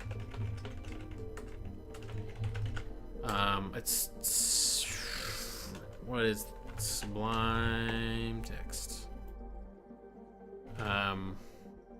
Between wave delay. So what I do, now I've learned to do when I'm testing this, is I do a command set between wave delay, and I set it to like 3. And then I do a profile MP game, and so I could see what the current objective is. So I'll restart from wave 2. So this is an annex, but it starts much faster. So now it's a retrieve, and so I can cycle through these really quick, and I'll immediately tell if it fails because it'll say operation failed after the wave starts. Skipping it, sometimes it says completed, sometimes it says failed. I really have no idea how it chooses. But yeah, that's how I skip through all of these. Anyways, I have to turn the AI off again. This map, on a scale of 0 to 10, I would say is a 6. Mainly because there's a hazard, which makes it much more dynamic to be on the bottom. It is fun to hold up stairs, but a Praetorian, a Brute, enemies can spawn up here, and they can move around now, is very dangerous. Cerberus has a bunch of guys who can jump up here, and so it's more dynamic than it looks. When we first played it, it was really easy to stay upstairs. Husks can actually climb the ladders now. If you look, there's 2 lines here coming up the ladder. One of them is actually a Husk line, and it looks like they're climbing up the ladder. It's really interesting. Oh, that actually looks like they're climbing the ladder, even though they're not. The animation surprisingly looks believable. But there's not much else here. Some of the AI sometimes has problems, like if they're on that side of the window over there, they kind of don't know how to get over here sometimes because you're too far away. But yeah, there's not too much. There's nothing really bad about this map, I'd say. People have told me it has the most potential. Can you combat roll down those tall ladders like on some of the official MP maps? You cannot. There's a blocking volume ledge right here, which I'm in fly cam mode, so that's not there. But you cannot combat roll down there. There is actually an interesting way down here, though. Oh, I should probably skip the wave so we don't, the timer up there is actually wrong. When you're in fly cam, it doesn't count down, which is kind of weird. Okay. Yeah, just one more enemy, guys. There's, one more. There's 1, 2, 3, 4, 5, 6, 7, 8, 9. So you can see that guy just jumped down over there. So enemies will use these nodes and jump up and down. So I can't jump down from there. One interesting little tidbit is there's this area that I can shoot down from here and get a good line of sight to the floor. Unfortunately, the Scion also has a good line of sight up to you if you're standing down there. This happens to single player too. If you're playing this stage and you need to get down there quickly for some reason, so there's a blocking volume here. I can't jump through it. Just roll to the left here and you'll fall right over. But they didn't extend the blocking volume across the front, so you can just roll right around it. It's so interesting because you're like, oh, the multiplayer is buggy. But then it's like single player maps are really not buggy. I mean, they're buggy, the ladders don't work all the time, stuff like that. But you never really notice that there's flaws in the map design. Like, until I started doing this, I always thought like, wow, the single player maps are really well done. And I'm not saying they're not well done. They are really well done, I'd say. But it's so interesting when you start tearing them apart, you start seeing all the little problems. And I just find that interesting. Get out of here, please. You can also do it from this one. Yeah, like, see, I can just walk here. They didn't bother to they didn't extend the blocking volume all the way for some reason, when they probably just should have. So it's really interesting how, when you tear the maps apart. Oh yeah, and another interesting thing is you can't, oh, did I kill that guy? I think I'm getting shot. Yep, some asshole's throwing a grenade at me. Another interesting thing is normally there's a piece of cover that goes around here, like this, and then you transition back onto here. But since I removed it, I had to remove the ability for you to take cover. I can't roll to the left or anything, because cover in this game, maybe like there must have been a properties page in Unreal Engine that had like 800 items in it, and then compiles into like one of the ugliest pieces of binary I've ever had to like read. God, I'm starting to lose my voice. I've been talking so much. I need a glass of water. Anyways, you can't just transition here, and it seems like, well, you could just connect those two nodes, and it's like, well, no, because let me turn off show paths. So this is show cover. This is the show cover command. This only works in the same mode that I'm in. You can see these mantle nodes. It's gonna be kind of hard to see in your video, but there's these little blue sections. Like I'm pointing at one right now. There's these lines that point to each of these cover nodes. An enemy can transition to one of these nodes and then take cover, like right here. In fact, if I can figure out where an enemy is, we might be able to actually see this. Cover in this game is very interesting in how it works. Where did that guy spawn?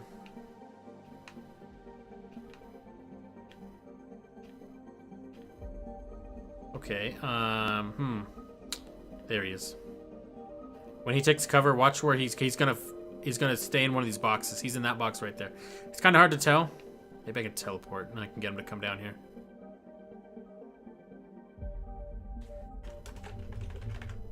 So I'll be down here.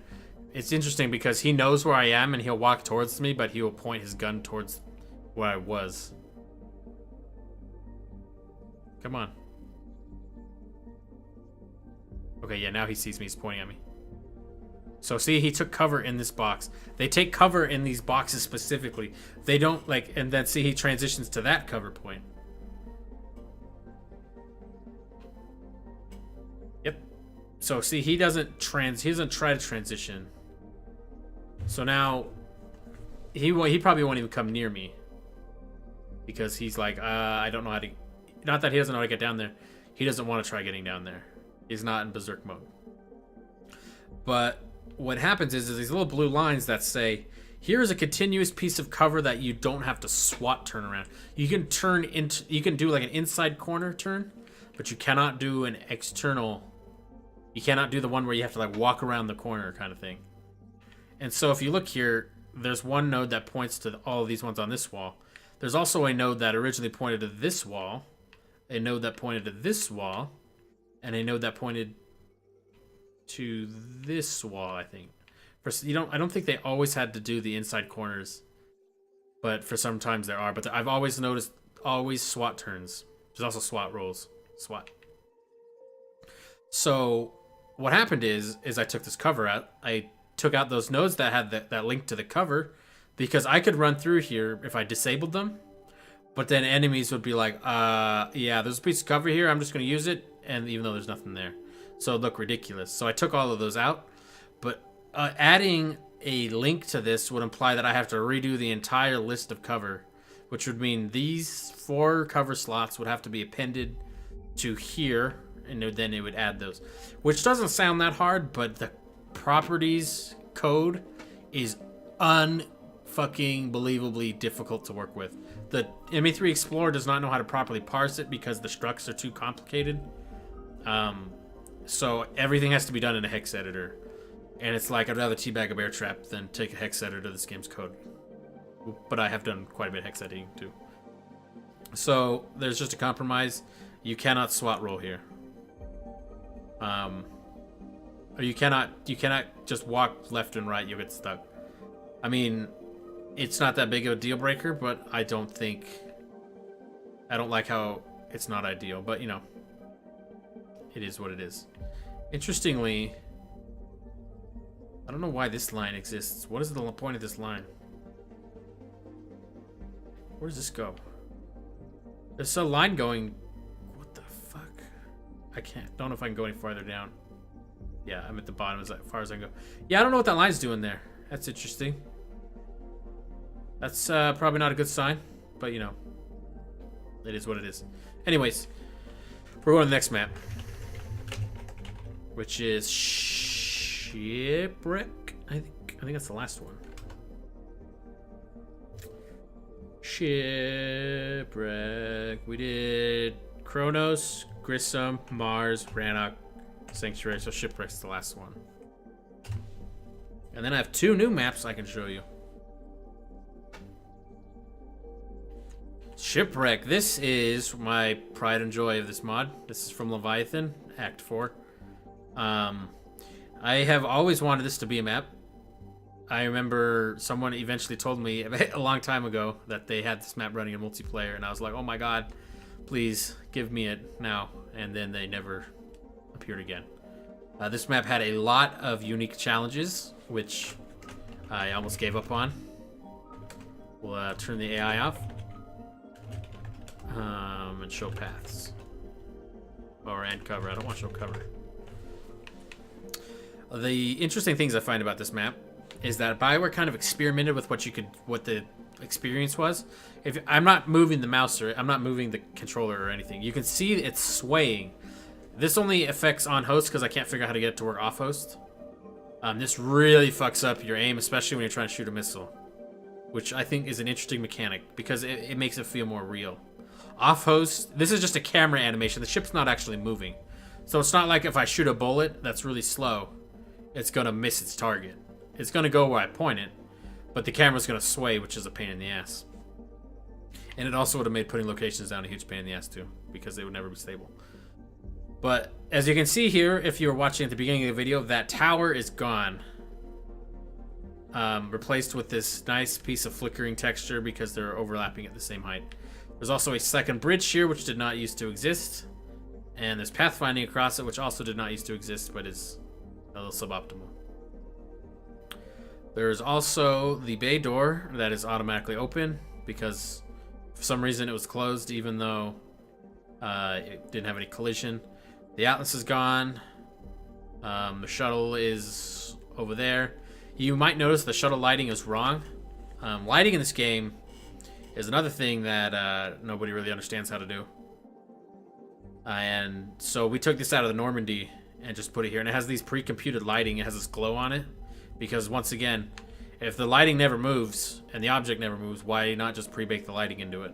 And so that's exactly what this is. So that's why there's this glow here. This is what the Normandy shuttle bay looks like. Or at least the lighting. Interesting mechanic. You can jump down from here. Enemies can jump up and boost up. So if you decide to stand up here, because you're, you know, not very smart, enemies will just jump up here and shoot you. Plus, they have really great lines of sight. Game mechanics on this map. Long sight lines. I would say this map is almost worse for long sight lines than Mars. Lots of cover. Little cover for people who are tall, but not as bad as Ravnica, I'd say. Over a lot of play styles I have seen a lot of. You stay over here a lot. Like, very much so. Most of the gameplay, I would probably say, takes place over here. Over here is... There's some gameplay, but there is obviously less tall cover to hide behind. So, people just naturally gravitate over there. And it's very interesting because I don't instruct players, you should stay over here. I've just watched people, and they just naturally... Players will naturally gravitate to where they think the best cover is going to be. And that's something you never really think about in single player or the other normal multiplayer maps, because there's always tall cover everywhere, so you don't always hold a position, except for maybe like, you know, Rio LZ. That is one of the worst places to ever hold. There's no cover to take except for that little block that doesn't do anything. Other quirks of this map: if you die on this ramp, you sometimes roll off into the ocean. There's also a kill plane here where if you touch it, it'll immediately kill you. So if somehow you sometimes you can die up here and your body will fall off the edge and lay here. You'll get revived on the next wave. You'll walk this way, you'll fall down here, and you'll just, you know, hit a kill plane and it'll kill you, but it won't respawn you at the LZ. You'll fall a little bit farther and then you'll hit it. So like right here. So this is what Under the Ocean looks like. By the way, this is a very beautiful map. It's another reason I love this map. I lowered the fog. As you can see, there's a fog. You can actually see it, sort of.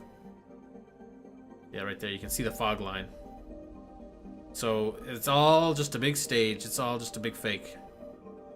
I guess, I mean, I wouldn't say it's a big fake, but it's not. Nothing. Everything is not what it seems in this game. Everything is staged.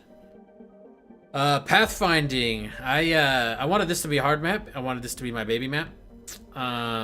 So I pulled no punches and added a shitload of turret points.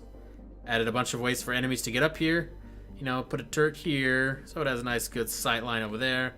You know, put a turret here, so it's got a nice good sight line over there. You know, put a turret right here, so you know, you don't try to cross that bridge. There's a bunch of spawn points up here. Enemies love to spawn up here. Nice big area to walk down from. It's covered. There's no sight line, so enemies love spawning up there. Ooh, ammo boxes. You may have noticed that some of my maps do not have ammo boxes, even though this map does have an ammo box that I should have just been able to clone, which is here. So there's ammo box here. I should just be able to make a duplicate of this, right? No. I have no idea why, but cloning some of these ammo boxes, they just turn black. And so you can't really see it. So eventually, me and Kinkojiro probably spent like a week on this. We just dumped the shit on the ground. Like, I could have tried fixing it for a little bit of color, but you know, I gave up. And I just dumped it on the ground. And, I mean, that's what it is. If you were watching earlier as we're flying around this map, there was also a missile. There's a lot of little items, weapon mods, data pads, missiles, stuff you gotta remove because, you know, you're not supposed to open that in multiplayer. Like, I could pick up weapon mods and med kits and metagel and all this stuff. It doesn't do anything. It just exists to, you know, clutter up the map. So you remove that. Another thing, for some reason, this is considered an explosive. This orb thing, because you can blow it up. But it had a string that would show up at the top of the screen. But since that DLC isn't loaded, a string is a set of characters that is localized. It would show up. It'd be like money sign 753268, and players would be like, "What the hell is that supposed to mean?" So eventually, I had to figure out how to turn those off. Anything else about this map that's really noteworthy? This map had a jump node, which was fun to figure out how to get across. I don't think there's anything else really noteworthy about this map other than the fact that I just love this map. Nemesis has a field day on this map to the point where probably Nemesis and Phantoms are always a pain in the ass, but Nemesis are probably the worst enemy on this map. Because if you have a wave of like 3 Nemesis, they have almost complete visibility over you as you fight off any other enemy. And you will die a lot to the Nemesis. So we can just watch them approach. They'll take the second bridge, which adds a lot of... Originally, there wasn't a second bridge. It would be just a huge choke point. Enemies would, you know, try to all run up one area. And get an escort drone across the bridge was next to impossible. I don't know if I have God mode on. I sure hope I do. I am assuming I do. One fun fact about this map is occasionally, if shit's really hitting the fan, you will, you know, hit the box of shame in here. There's an ammo box, so it's a good place to hold. But the enemies can just kind of walk up here and take cover here. They'll take cover here. Geth Rocket Trooper will be a dick, because he's always a dick. Point his gun through the wall and pull his trigger, and a missile will fly through the back and hit you in the back of the head. And we've actually died a few times because of a missile trooper doing that. But, okay, oh yeah, another interesting thing, and this one actually took a lot of time. This ramp is here because this originally was one of those holes that you could fall in and you could not mantle out of. And that makes bad map design. So what would happen is, especially, well, not the drone. The drone has his own set of problems on this map. Volus, you walk in here, and now I'm fucked because this ramp didn't exist, so there's just a wall here, like right here. And it's like, well, now I'm completely fucked. I can't get out because I can't take cover. So I had to figure out how to add a ramp. I had to figure out how to adjust pathfinding so enemies would not try to take cover. So originally, for a long time, in a few versions of Redemption, actually, I think the first one I released, enemies could try taking cover here, or they'd have points where they could take cover in here. So they'd run up the ramp, and then they would like jump under the ramp, and it looked really weird. And this is actually the first place I learned about cover. It was a huge pain in the ass.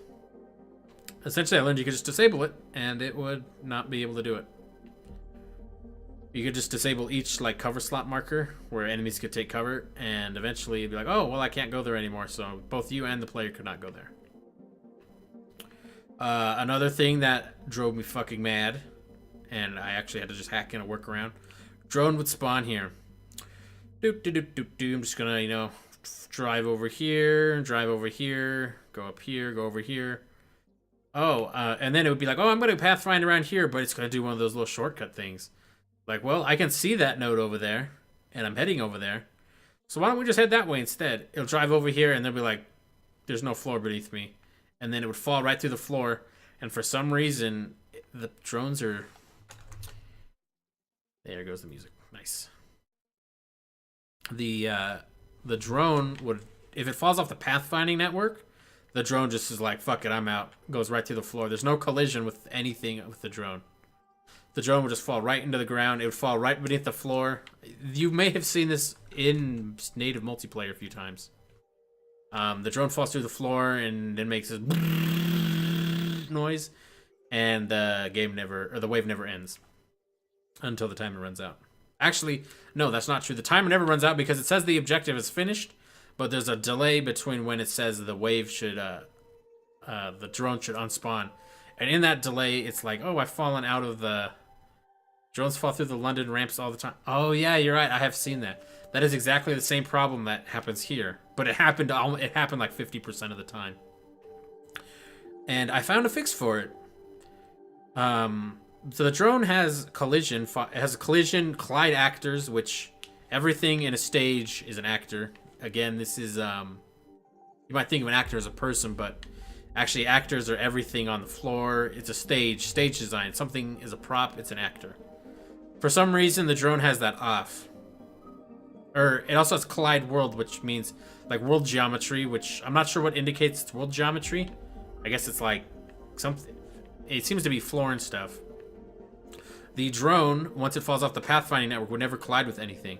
It would fall right through the floor. Once you turn on collide world, since the drone is floating, it's not colliding with the ground, so it's fine. It falls off the pathfinding network, it falls down, it hits this, and then it does what normal actor does, is it finds the next path node. And then it would go over here and then go around. And from all my testing, turning that on, since this affects all maps, it doesn't seem like it has a problem. In the sense that turning something on that affects all the maps that were not designed around this variable being turned on, there doesn't seem to be any repercussions. It just fixes the problem. The drone no longer seems to fall through the floor. If it falls off the pathfinding network, it seems to realign itself with the pathfinding network. And then it just seems odd that it was off, and I'm not sure why. Maybe it was memory constraints or something. PS3 really, they cut back a lot of this game for PS3. Anyways, there's not really anything else to say about this map, I'd say. This is my favorite map by far. This would be an easy 8 out of 10. Negatives are long sight lines. Not a lot of cover in the center. Tremendously evil turret points, but I would count that as a plus personally. And falling off the edge of the map. That happens in all of these maps. In multiplayer, you can find that in Rio. I think Rio's the only example where you can fall out of the map directly. I'm not sure how they prevent it. But, yeah, that's pretty much how that works. Anyways, we have 2 more small maps, which we'll just breeze through real quick. And these are the newest ones, and they have their own set of problems.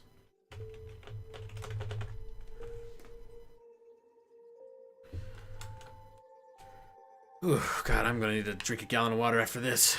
So we're gonna do players only on this one because there's no way to take cover. This is Primeval from Citadel DLC. You may notice it looks a little different. A lot of stuff is black, especially the walls. You don't see like the RMAX screens and stuff. For some reason, the textures aren't loaded, even though this is a DLC, so obviously in multiplayer that DLC doesn't load. Obviously the DLC doesn't load, so the textures aren't there. So what I did is I ported them into a new texture file that this file points to, and it seems to have made no difference. There's textures here because these textures are in the default game textures, so it just uses those. So that's what those are. But it's really interesting because you fly through the wall.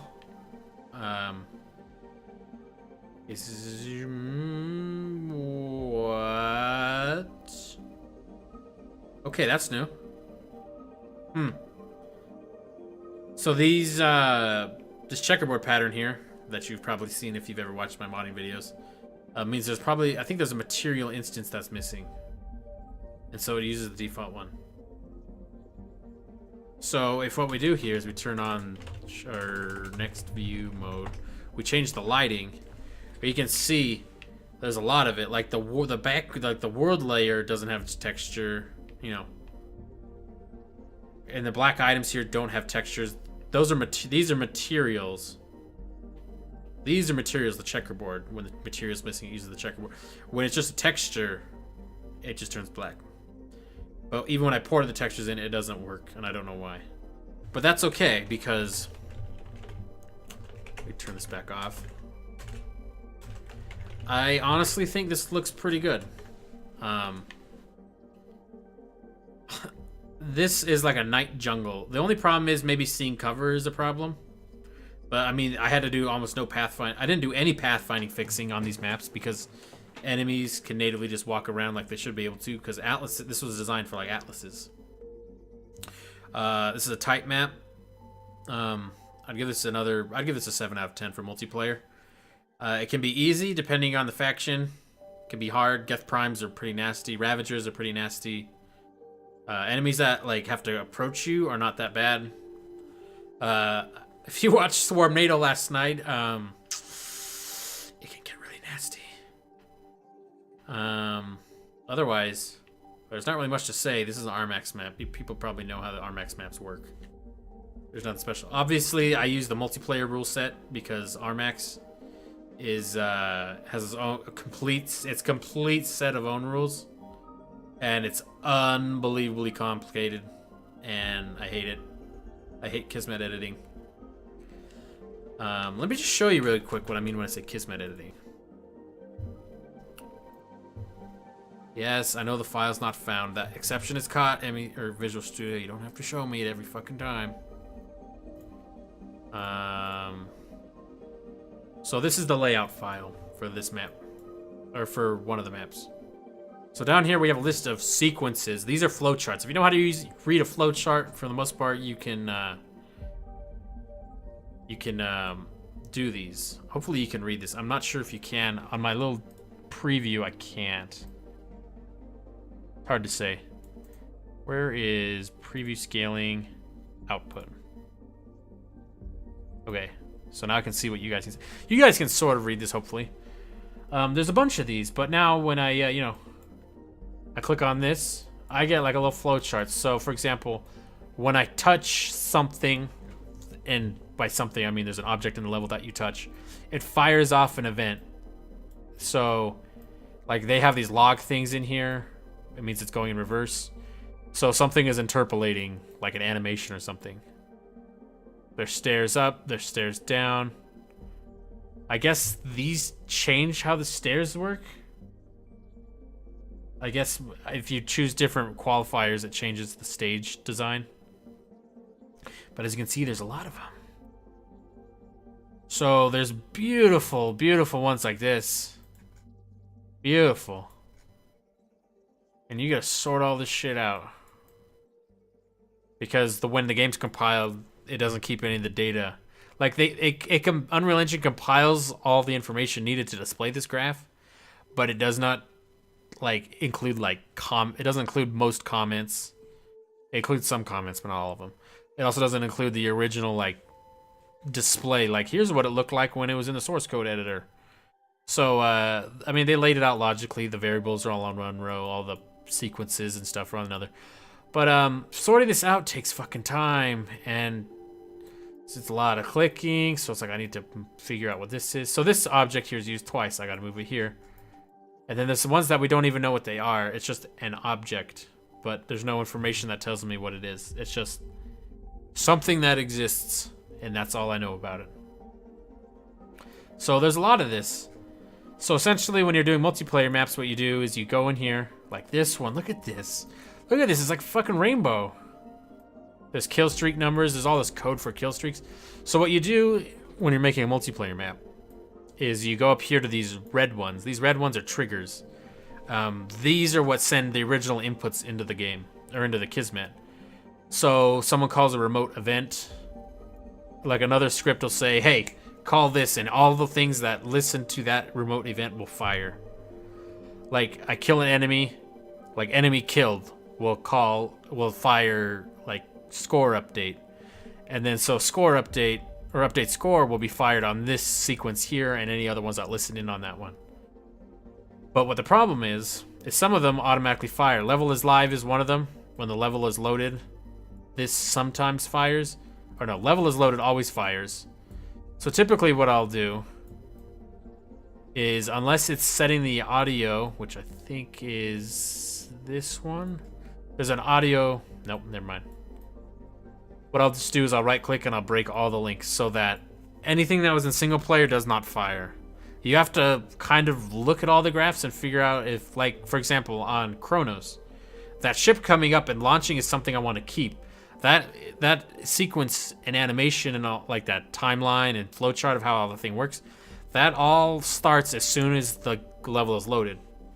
Now, that's a feature I want, so I don't want to just go through there and break it. So I have to analyze all of these and figure out which of these do I want to keep.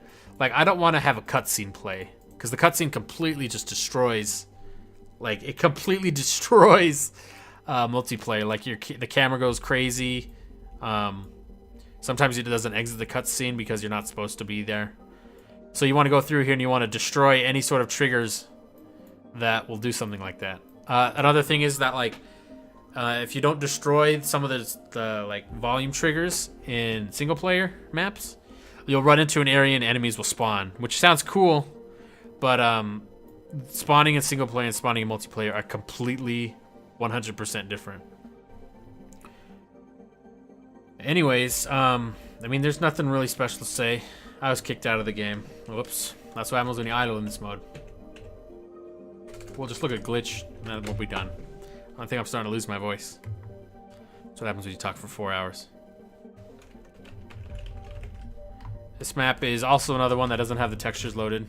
This one has a little bit of interestingness. I'm gonna wait for the enemies to spawn. This is another type map. I think this would be a fun one. This would be probably another 8 out of 10. Probably a little bit easy, I would say, on a standard. I feel like this is one that benefits from other mods. We played Swarmnado on this, and whew, it was an experience. You were running from platform to platform. So we'll run around here, and you'll notice in the top left there's a description that shows up. Flower platform. These are volume triggers, so I'll show you the volumes. You can see there's these outlines. These are the outlines of three-dimensional objects. Hopefully your brain can process how these look, because it's kind of hard to understand sometimes. As I exit these, nothing happens. However, as I enter a new, if I enter the same one I just exited again, nothing changes. However, if I enter a new one, Jador of a loudspeaker shows up. People who have played mods probably know what Jador of a loudspeaker is. But I figured out how to add these. These are quite a bit of work to get the first one up, but after the first one is working, it's not hard. It's something that you may or may not think about when you're playing maps. Like, for example, on this map, it's really useful because it's nice to have a standard name for the platforms. Like when we were playing Swarmnado, we were able to call out, let's go to platform, you know, this is, before I walk into this, this is upper. Yeah, this is upper. This is Jador. This is flower. And this is null. So it'll be like, let's move. And it's kind of easier to tell because this is blue. That's the upper platform. Jador is orange. And flower is just the lower one that's mixed. But it's really, on these maps especially, it's nice that you can coordinate, because otherwise it'd be like, how do you call out where you're at? And eventually we learned, and it was interesting because this is the first time these people had played with me. And so I knew what the names were, but it only took them like maybe 2 waves before they figured out, whoa, flower's really easy to tell because it's the lowest one and flowers show up, which is also a really cool effect, by the way. And it's actually triggered by the camera. So it's only what's near the camera. So it's pretty interesting. And it's the flowers actually growing. So it's not like, it's just like it stops drawing the flowers the distance. The scale of the flowers changes with respect to the radius. Anyways, other quirks for this map. If you fly outside of here, for some reason the glass is black, but if you fly through here, the texture is here. Even this must be a texture that's in the original game. Nothing else really here to note that I can see. Oh, okay. There's a staircase out here for some reason. That's weird. They like to just kind of move objects outside of the map when they don't need them, and sometimes they don't remove them. Which it's kind of weird to me, considering that I think that would lead to, especially when they're talking about like not being able to holster your gun. Oh, that was weird. The hell is changing color? Huh. Guess you don't notice these kind of things when you're can't see them. But when you're talking about unable to holster a gun because of memory constraints, the fact that there's these extra objects that just kind of exist and take up a little bit of memory, even though they're not being rendered, they take up memory and stuff. It just seems weird that there's objects like this all over the place. Like there's on Rannoch, there's ammo under the ground that you could never access. If you were to take the fly cam around, there's a lot of things that you would never notice existing. I actually have a series on YouTube called Artistic Level Design, where I take the fly cam like this through all the single player maps, or I'd say the first half of the game, I should say. It's a hell of a lot of work to do it. But there's so much stuff that is not visible. As you can see, this whole map is designed around the camera. As I get close, it lights up. As I get far, it goes away. Really interesting map. Oh, fun fact. Oh, God. Ooh, gotta turn the camera. That is painful on the eyes. I don't know. Nope. This text here, it's hard to see because it's scrolling so damn fast. But this is actually just a picture of the output from the Unreal Engine compiling. It's like talking about like compiling SFX game and stuff. They just blurred it a little bit so you can't read it, but it's really funny how that is. And then we'll do next view mode. So if the lighting was proper, this is what this map would look like. Sort of. You know, with shading and all that fun stuff. But these things are from the slum levels and from Ashes and all that fun stuff. So these all actually have textures, but there's no lighting to make them light up, and I don't know why. I'm assuming it's because I haven't loaded all the files. Actually, there is. Let's just.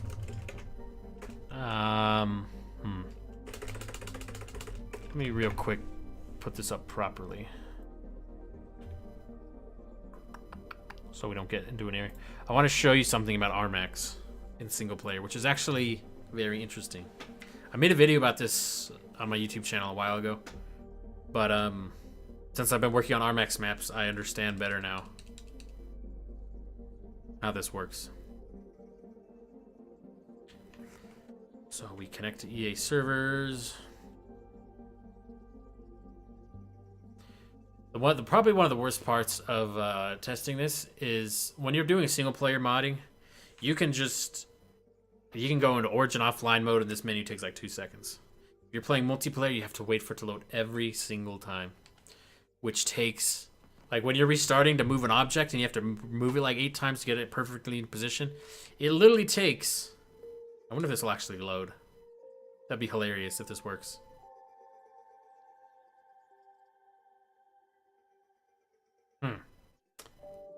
MGamers, hello. How did you learn to access and change game code? I use a tool called ME3 Explorer. Apparently this map file. Okay, I don't know why the screen just went black. It probably was. This is actually saved inside of the map, which is probably not supposed to happen. I probably just fell through the floor and died. Oh,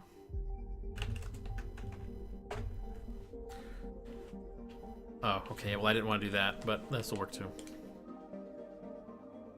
But I use a tool called ME3 Explorer. A lot of other people they pretty much reverse engineered the file formats, and I've helped with some of it. I won't lie, I didn't do a lot of the work. Warranty Voider, Cersei, or I can never pronounce it. It's like Cersei,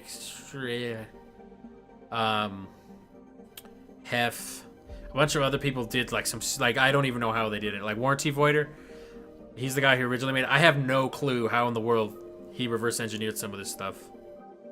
Like, he was a brilliant designer, but he had no idea how to design an interface. And so, like, he reverse engineered a bunch of it, and then you got to learn the methods on how to do it. One thing the reason, I wrote Mod Manager, and I made this, and a lot of people ask me why I didn't integrate into ME3 Explorer back in the old days. I did not. I didn't want to do that. I didn't want to merge a tool that's meant for installing mods with a tool that was meant for designing mods. Because ME3 Explorer back then was definitely not user-friendly. I still wouldn't say it is user-friendly. It's improved significantly. But I would still say it's not really user-friendly. I tried to design Mod Manager to be easy, and it's taken some time to get there. Oh, where's Armax? Oh, interesting fun fact here. You see how I'm walking around, there's a shadow? There's a reason why there's all these people. Like, you don't really see many people standing around normally. Like, their face texture, or their quality of the face model is, I'd say, medium. It's not great. But if you notice, none of them have shadows. Shadows would be way too costly to put in here. Also, how the fuck is Bar Levon at top? He's a fucking Volus. Come on, dude. Anyways. I mean, I've contributed ME3 Explorer over the years. I've tried... I won't lie. Me and the ME3 Explorer team have had differences. I think our goals are the same. It's just the way we want to get there is different. So I try to kind of avoid working on the tool directly for them. But the project has kind of ended, so I've forked it, made my own. But faces at Sushi the bar look terrible. Yeah. Have you seen one thing you should... I don't know if you've probably seen this. If you take the fly cam out in the Omega hub, and you fly out, the faces are fucking atrocious and terrifying. So, actually, what am I doing? I don't... Well, Actually, yeah, I do not have that unlocked. Nice. Really? Paint train's that far up? Damn it. Well, that's okay. Can't go in there for some reason. Oh, it's this way. Yeah, I don't play enough single player to really know my way around these maps very well.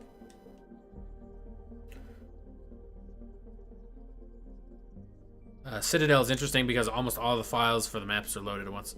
See this? See those animations on the walls and stuff? I think that has a lot to do with the ability to see through the walls. Hi, Garrus.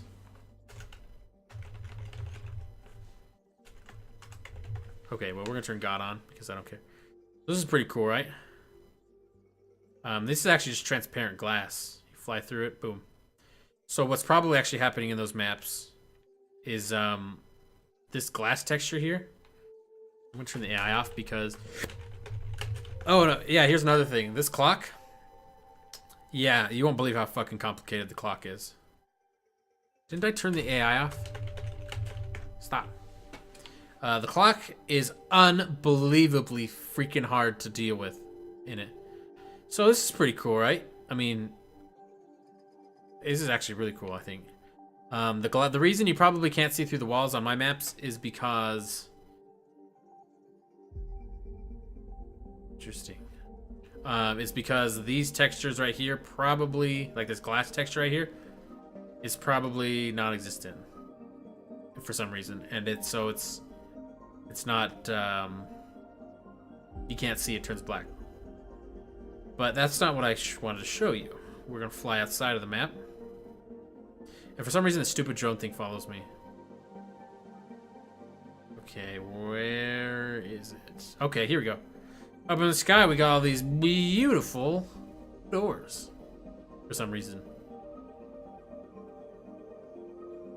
And in my multiplayer map, these aren't loaded.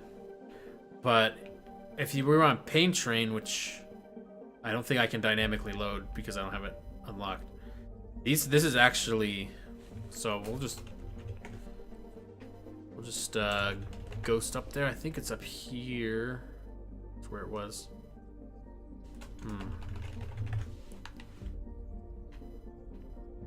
Where are the doors at? There they are. Where am I at? Where? Oh, good. I lost Shepard. That's nice. There I am. So I need to go that way. So if we do ghost, well, now I can see the doors. That's weird. Yeah. So now watch what's gonna happen. It's gonna go a little weird. I think it's gonna go weird. It should go weird. Come on. Do what I want you to do.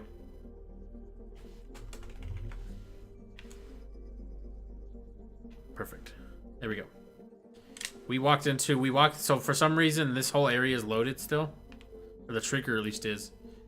Now I can go around and kill all these. Well, I wish I could, but I can't.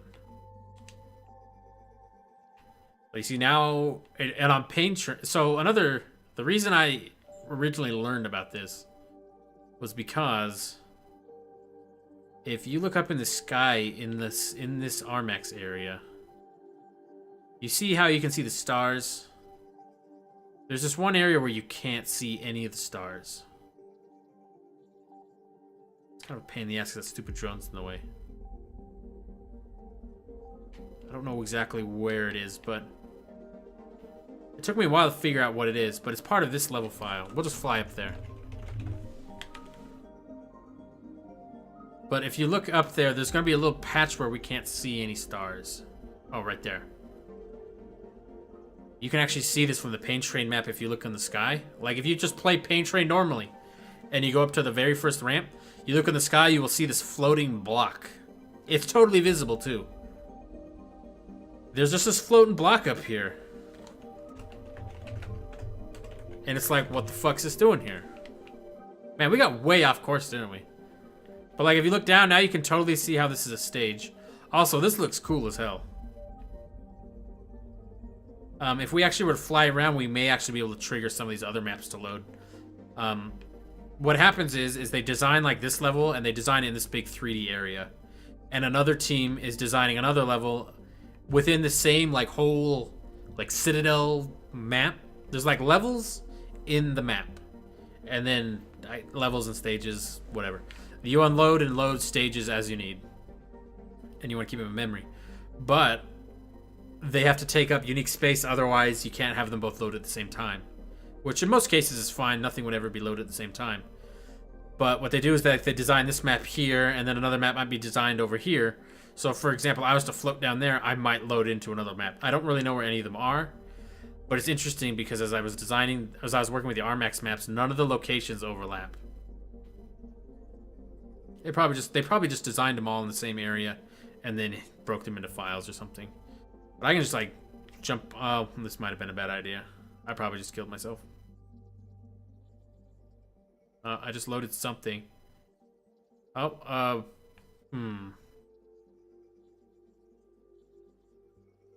Okay, I guess I got a critical mission failure somehow. Anyways, that was my much longer than I expected list of map design things. If you have any questions, now would be the time. I'm gonna quiz you now. I'm gonna get a drink. If you have any questions, put them in the chat, and I will feel free to answer them. They don't have to be related to this. You can just ask whatever modding questions you got. I'll be back in like 2 minutes, I think. I can probably turn that off, huh? There we go.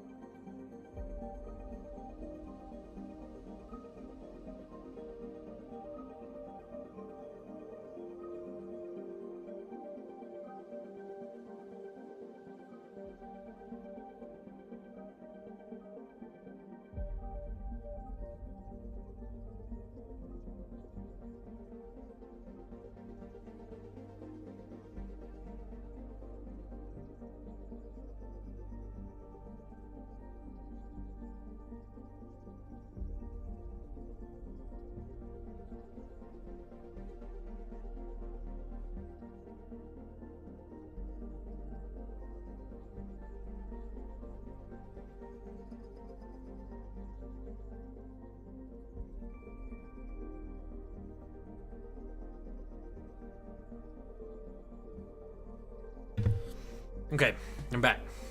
Got a drink. Got my jalapeno chips that I've been talking about for 2 hours now. See, Trans is here. What's up, Trans? Welcome to the end of the stream. Scav, what is... This is MEA music, Trans. It's not bad. For what little audio that game did have. Okay, correction. Some of the music is good. I have some problems with the Mass Effect Andromeda. Is that enemy cover node editor thing getting released to public? Yes. It's been work in progress for a while. There's been a lot of problems. Kinko Jiro's been testing a lot of it for me. I messed around. Hey, look, Nightbot finally did something. Wow, it only took him a long time. It's going to take me some time to release it because there's a lot of problems still. Like, I edit a value in... Let me just show you. It'll be easier just to show you. OBS. So, for example, I go into this property editor here and say... I'm not going to save this. Say I just want to edit this location. I want to raise its Z value, the height. And I'll put in like -600. Say I want to edit all three of these, X, Y, Z. I'll put in -600. Now that node's now unhighlighted and the value didn't change.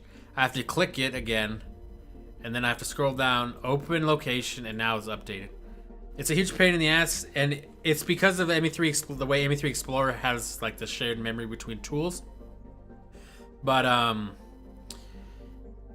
gonna have to figure out a way to work around it, trying to reload the page. It's nice because I can edit one file and the changes are reflected in this, but if I edit this, it thinks that something has changed and it reloads the whole thing again. So I need to figure out a way around it.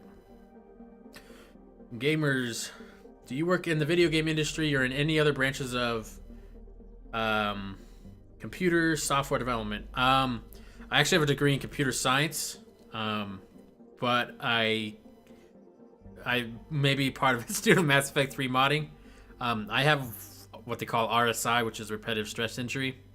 I used to actually work as a researcher for the university for cryptology, and I worked so much that I like strained my hands to the point where I had to wear wrist braces for a couple of years.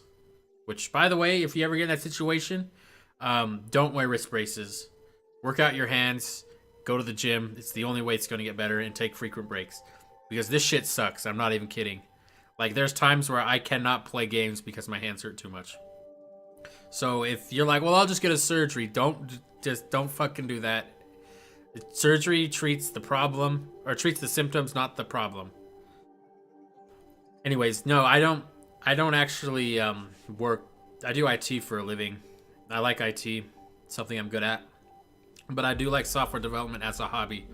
If I had like a slave driver telling me what I had to develop, I don't think I would like this profession. I like modding for a hobby. I think it's really fun. Messed around with Sir Jacob. That is Jelix, I think. But a lot of cover spots are very wrong. Low cover where there's a tall object blocking. Really? There is?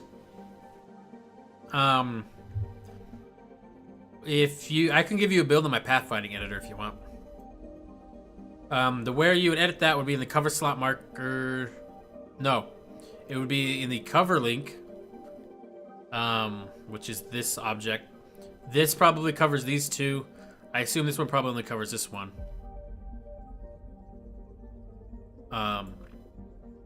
Yeah. So you go into this property. Let me open this up. Here is all of the properties for a piece of cover, and you have to make sure you're in the right slot IDX. Like, for each piece of cover slot, can I lean left? Can I lean right? Can I pop up? Can I mantle over it? Can I climb over? Well, I don't know what there's between mantling and climbing it. Oh, climbing up means I'm climbing up to a next level. Mantling means I'm jumping over to like I'm jumping over, but I'm not climbing to a new height. I don't know what force means. Can I SWAT turn around the corner? Is this even enabled? Can I pop my head up over and shoot? Is the player only one able to use this? Some of these I don't really know what they mean. One of the ones I need to edit into, I think Grissom. I need to make it so you can pop around the corner. But what you'd probably be looking for is, I think it's be standing, something like that. But there's a lot of stuff like this, like there's just binary numbers. Danger cover packed properties. I have absolutely no idea what that means. So, I mean, and the problem is that the tool doesn't properly edit this. Always. So if I like delete an element out of here, it actually takes out a bunch of extra data that's also supposed to be there, and it completely just destroys the file. And it's not, I can't blame them, the people who made this, because this is unbelievably complicated. And the fact that it's even able to display structs at all is amazing. But holy shit, this is probably one of the worst things to edit in the game, I'd say. At least in regards to, like, editing maps. But I'm pretty sure one of these properties... Yeah, here it is. Okay, I didn't click on anything, but whatever. CA pop-up. You can lean left around it, you can lean right around it, and you can also pop up. So you may need to have something like that pop... Well, no, you would take out pop-up. One of these is probably the height. Maybe... Here we go. Cover type. Here's what you're looking for. You're standing in mid-level. Mid-level, you're crouching down. I'm eating bacon, by the way, because I'm really hungry. But you change this mid-level to standing. This one, I think you can edit safely because it's just a byte. But if you're ever adding or removing a property, it's going to completely destroy it. Anyways, you got any other questions while you got me on the line, guys?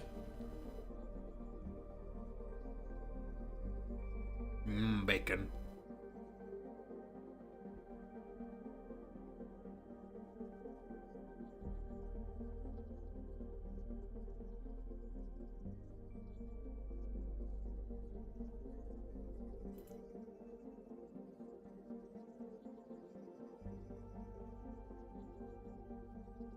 I'm good. Why is it telling me my own chat rules? That's weird. Alright. Can you make texture mods? What do you mean, can I make texture mods? I mean, people make texture mods. I mean, I don't mind texture mods. I've actually developed a tool to install texture mods. Well, okay, not to install them. To help build the file that is used to install texture mods. Mainly it's just an interface, I would say. I didn't build any of the backend. Texture modding is its complete own. It is like, it's probably like the most difficult. It's like another thing that's about as difficult as what we're looking at here. For years, I've played the ME games on Xbox 360 games. Or Xbox 360. A few months ago, I saw one of your videos and I immediately bought the PC versions. Ah, thanks. I feel like I make EA a not insignificant amount of money by accident. But I don't mind.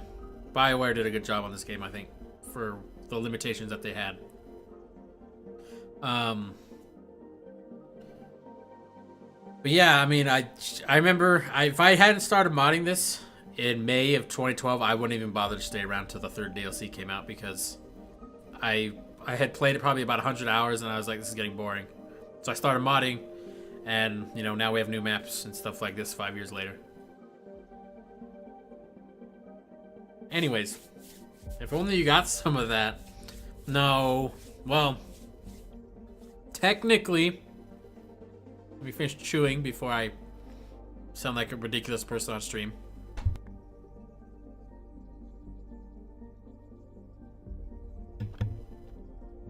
And I did today just add donations to my Twitch page. Now, people have asked me a long time, why don't you take donations? And the reason I decided to add donations to my Twitch, and people are like, oh, you're taking donations on Twitch, now you're just paying for money. No, it's not that. I have had people ask to donate, and I really don't like the idea of being paid for modifying BioWare's work. I finally, I don't, if you want to donate because, oh, thanks for the mods, to be honest, I would really rather you don't. because I'd rather you donate to me because you enjoy my streams. Because if I don't want to be paid to modify someone else's content. If you want to watch me play my mods or someone else's mods where their content is modified, that's great. And if you're like, wow, this is fun to watch, by all means, if you feel like you want to donate, you can do that. But I just have I don't want people to donate because they want me to continue to make mods or to show support that they've made, that they're like, oh, I like your mods, I'd like to give you some money for it. And it's like, no, I don't want that. And I'm like, BioWare put in like, they probably went through development hell getting this game out the door in 2 years. And I'm like, and then I'm making money off of pretty much using their work already. And I'm like, I don't, I've actually gotten some arguments with other modders about that. I don't like the idea of that, and I don't think it's something I'd want to participate in. But I am okay if people were to try like, oh, I like your stream, I'd like to watch. I don't have a problem with that. I mean, I'll donate to people who, I've subscribed to people who play mods on Twitch. I don't have a problem with that. I sure as hell would never consider paying for, I would never consider donating money for someone that had a mod or was making mods, because I don't like to feel like I'm under an obligation to provide modding services, I guess, or something like that. I don't want people to donate and then me be like, I'm done modding, and then they want to be disappointed, because I do this as a hobby. I don't want to do this as a living, and I don't want people to give me money and make them think that, hey, me giving you money is because, you know, is because I want you to keep developing mods. And it's just like, I don't want to be pressured to have to do something like that. So that's the really long-winded version of, don't donate to me if you're just doing it because you want to give me money for mods. I don't want that. And Trans immediately posts exactly the contradictory thing. I guess you could call it white knighting, or no, that's probably not the right term. Acting morally superior or something. I get it. People want to get paid for doing a lot of work on their mods. Like, Otimus was a modder who got in a spat with someone else because they had their mods being donated for that had some of their content in it.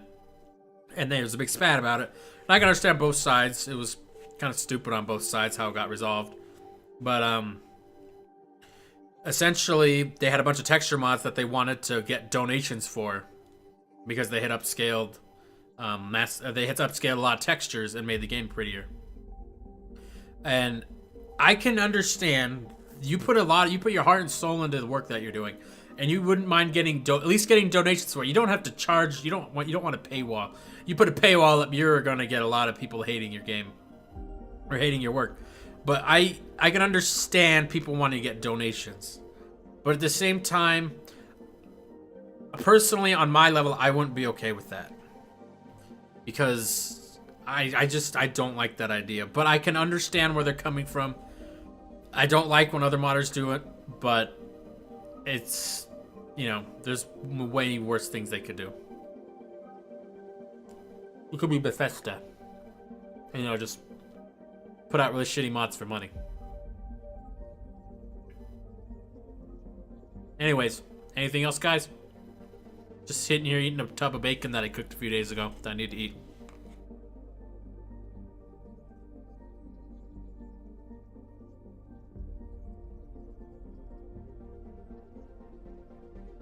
His picture.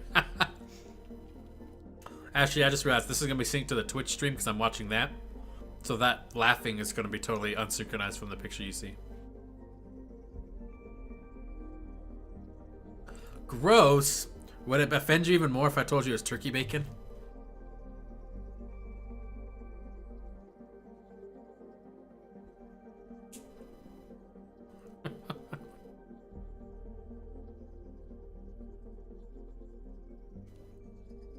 But yeah, if you ever want to play any of these mods with me, or any of my cohorts, just add me on Origin. If you scroll down a little bit on Twitch, you can... Wait, where'd it go? Did I delete that? Huh, I must have deleted the Origin tag on my Twitch. That's weird. Anyways, my username is mgamers. Old turkey bacon. Actually, it's still pretty good. Plus, I got jalapeno chips to wash it down. I have like an addiction for jalapeno chips. Anyways, it looks like we're probably done here. My girlfriend's gonna be home soon. I probably need to at least act like I've done something all night instead of stream. So I guess we'll see you next time. But if you want to play, just add me, and we can meet.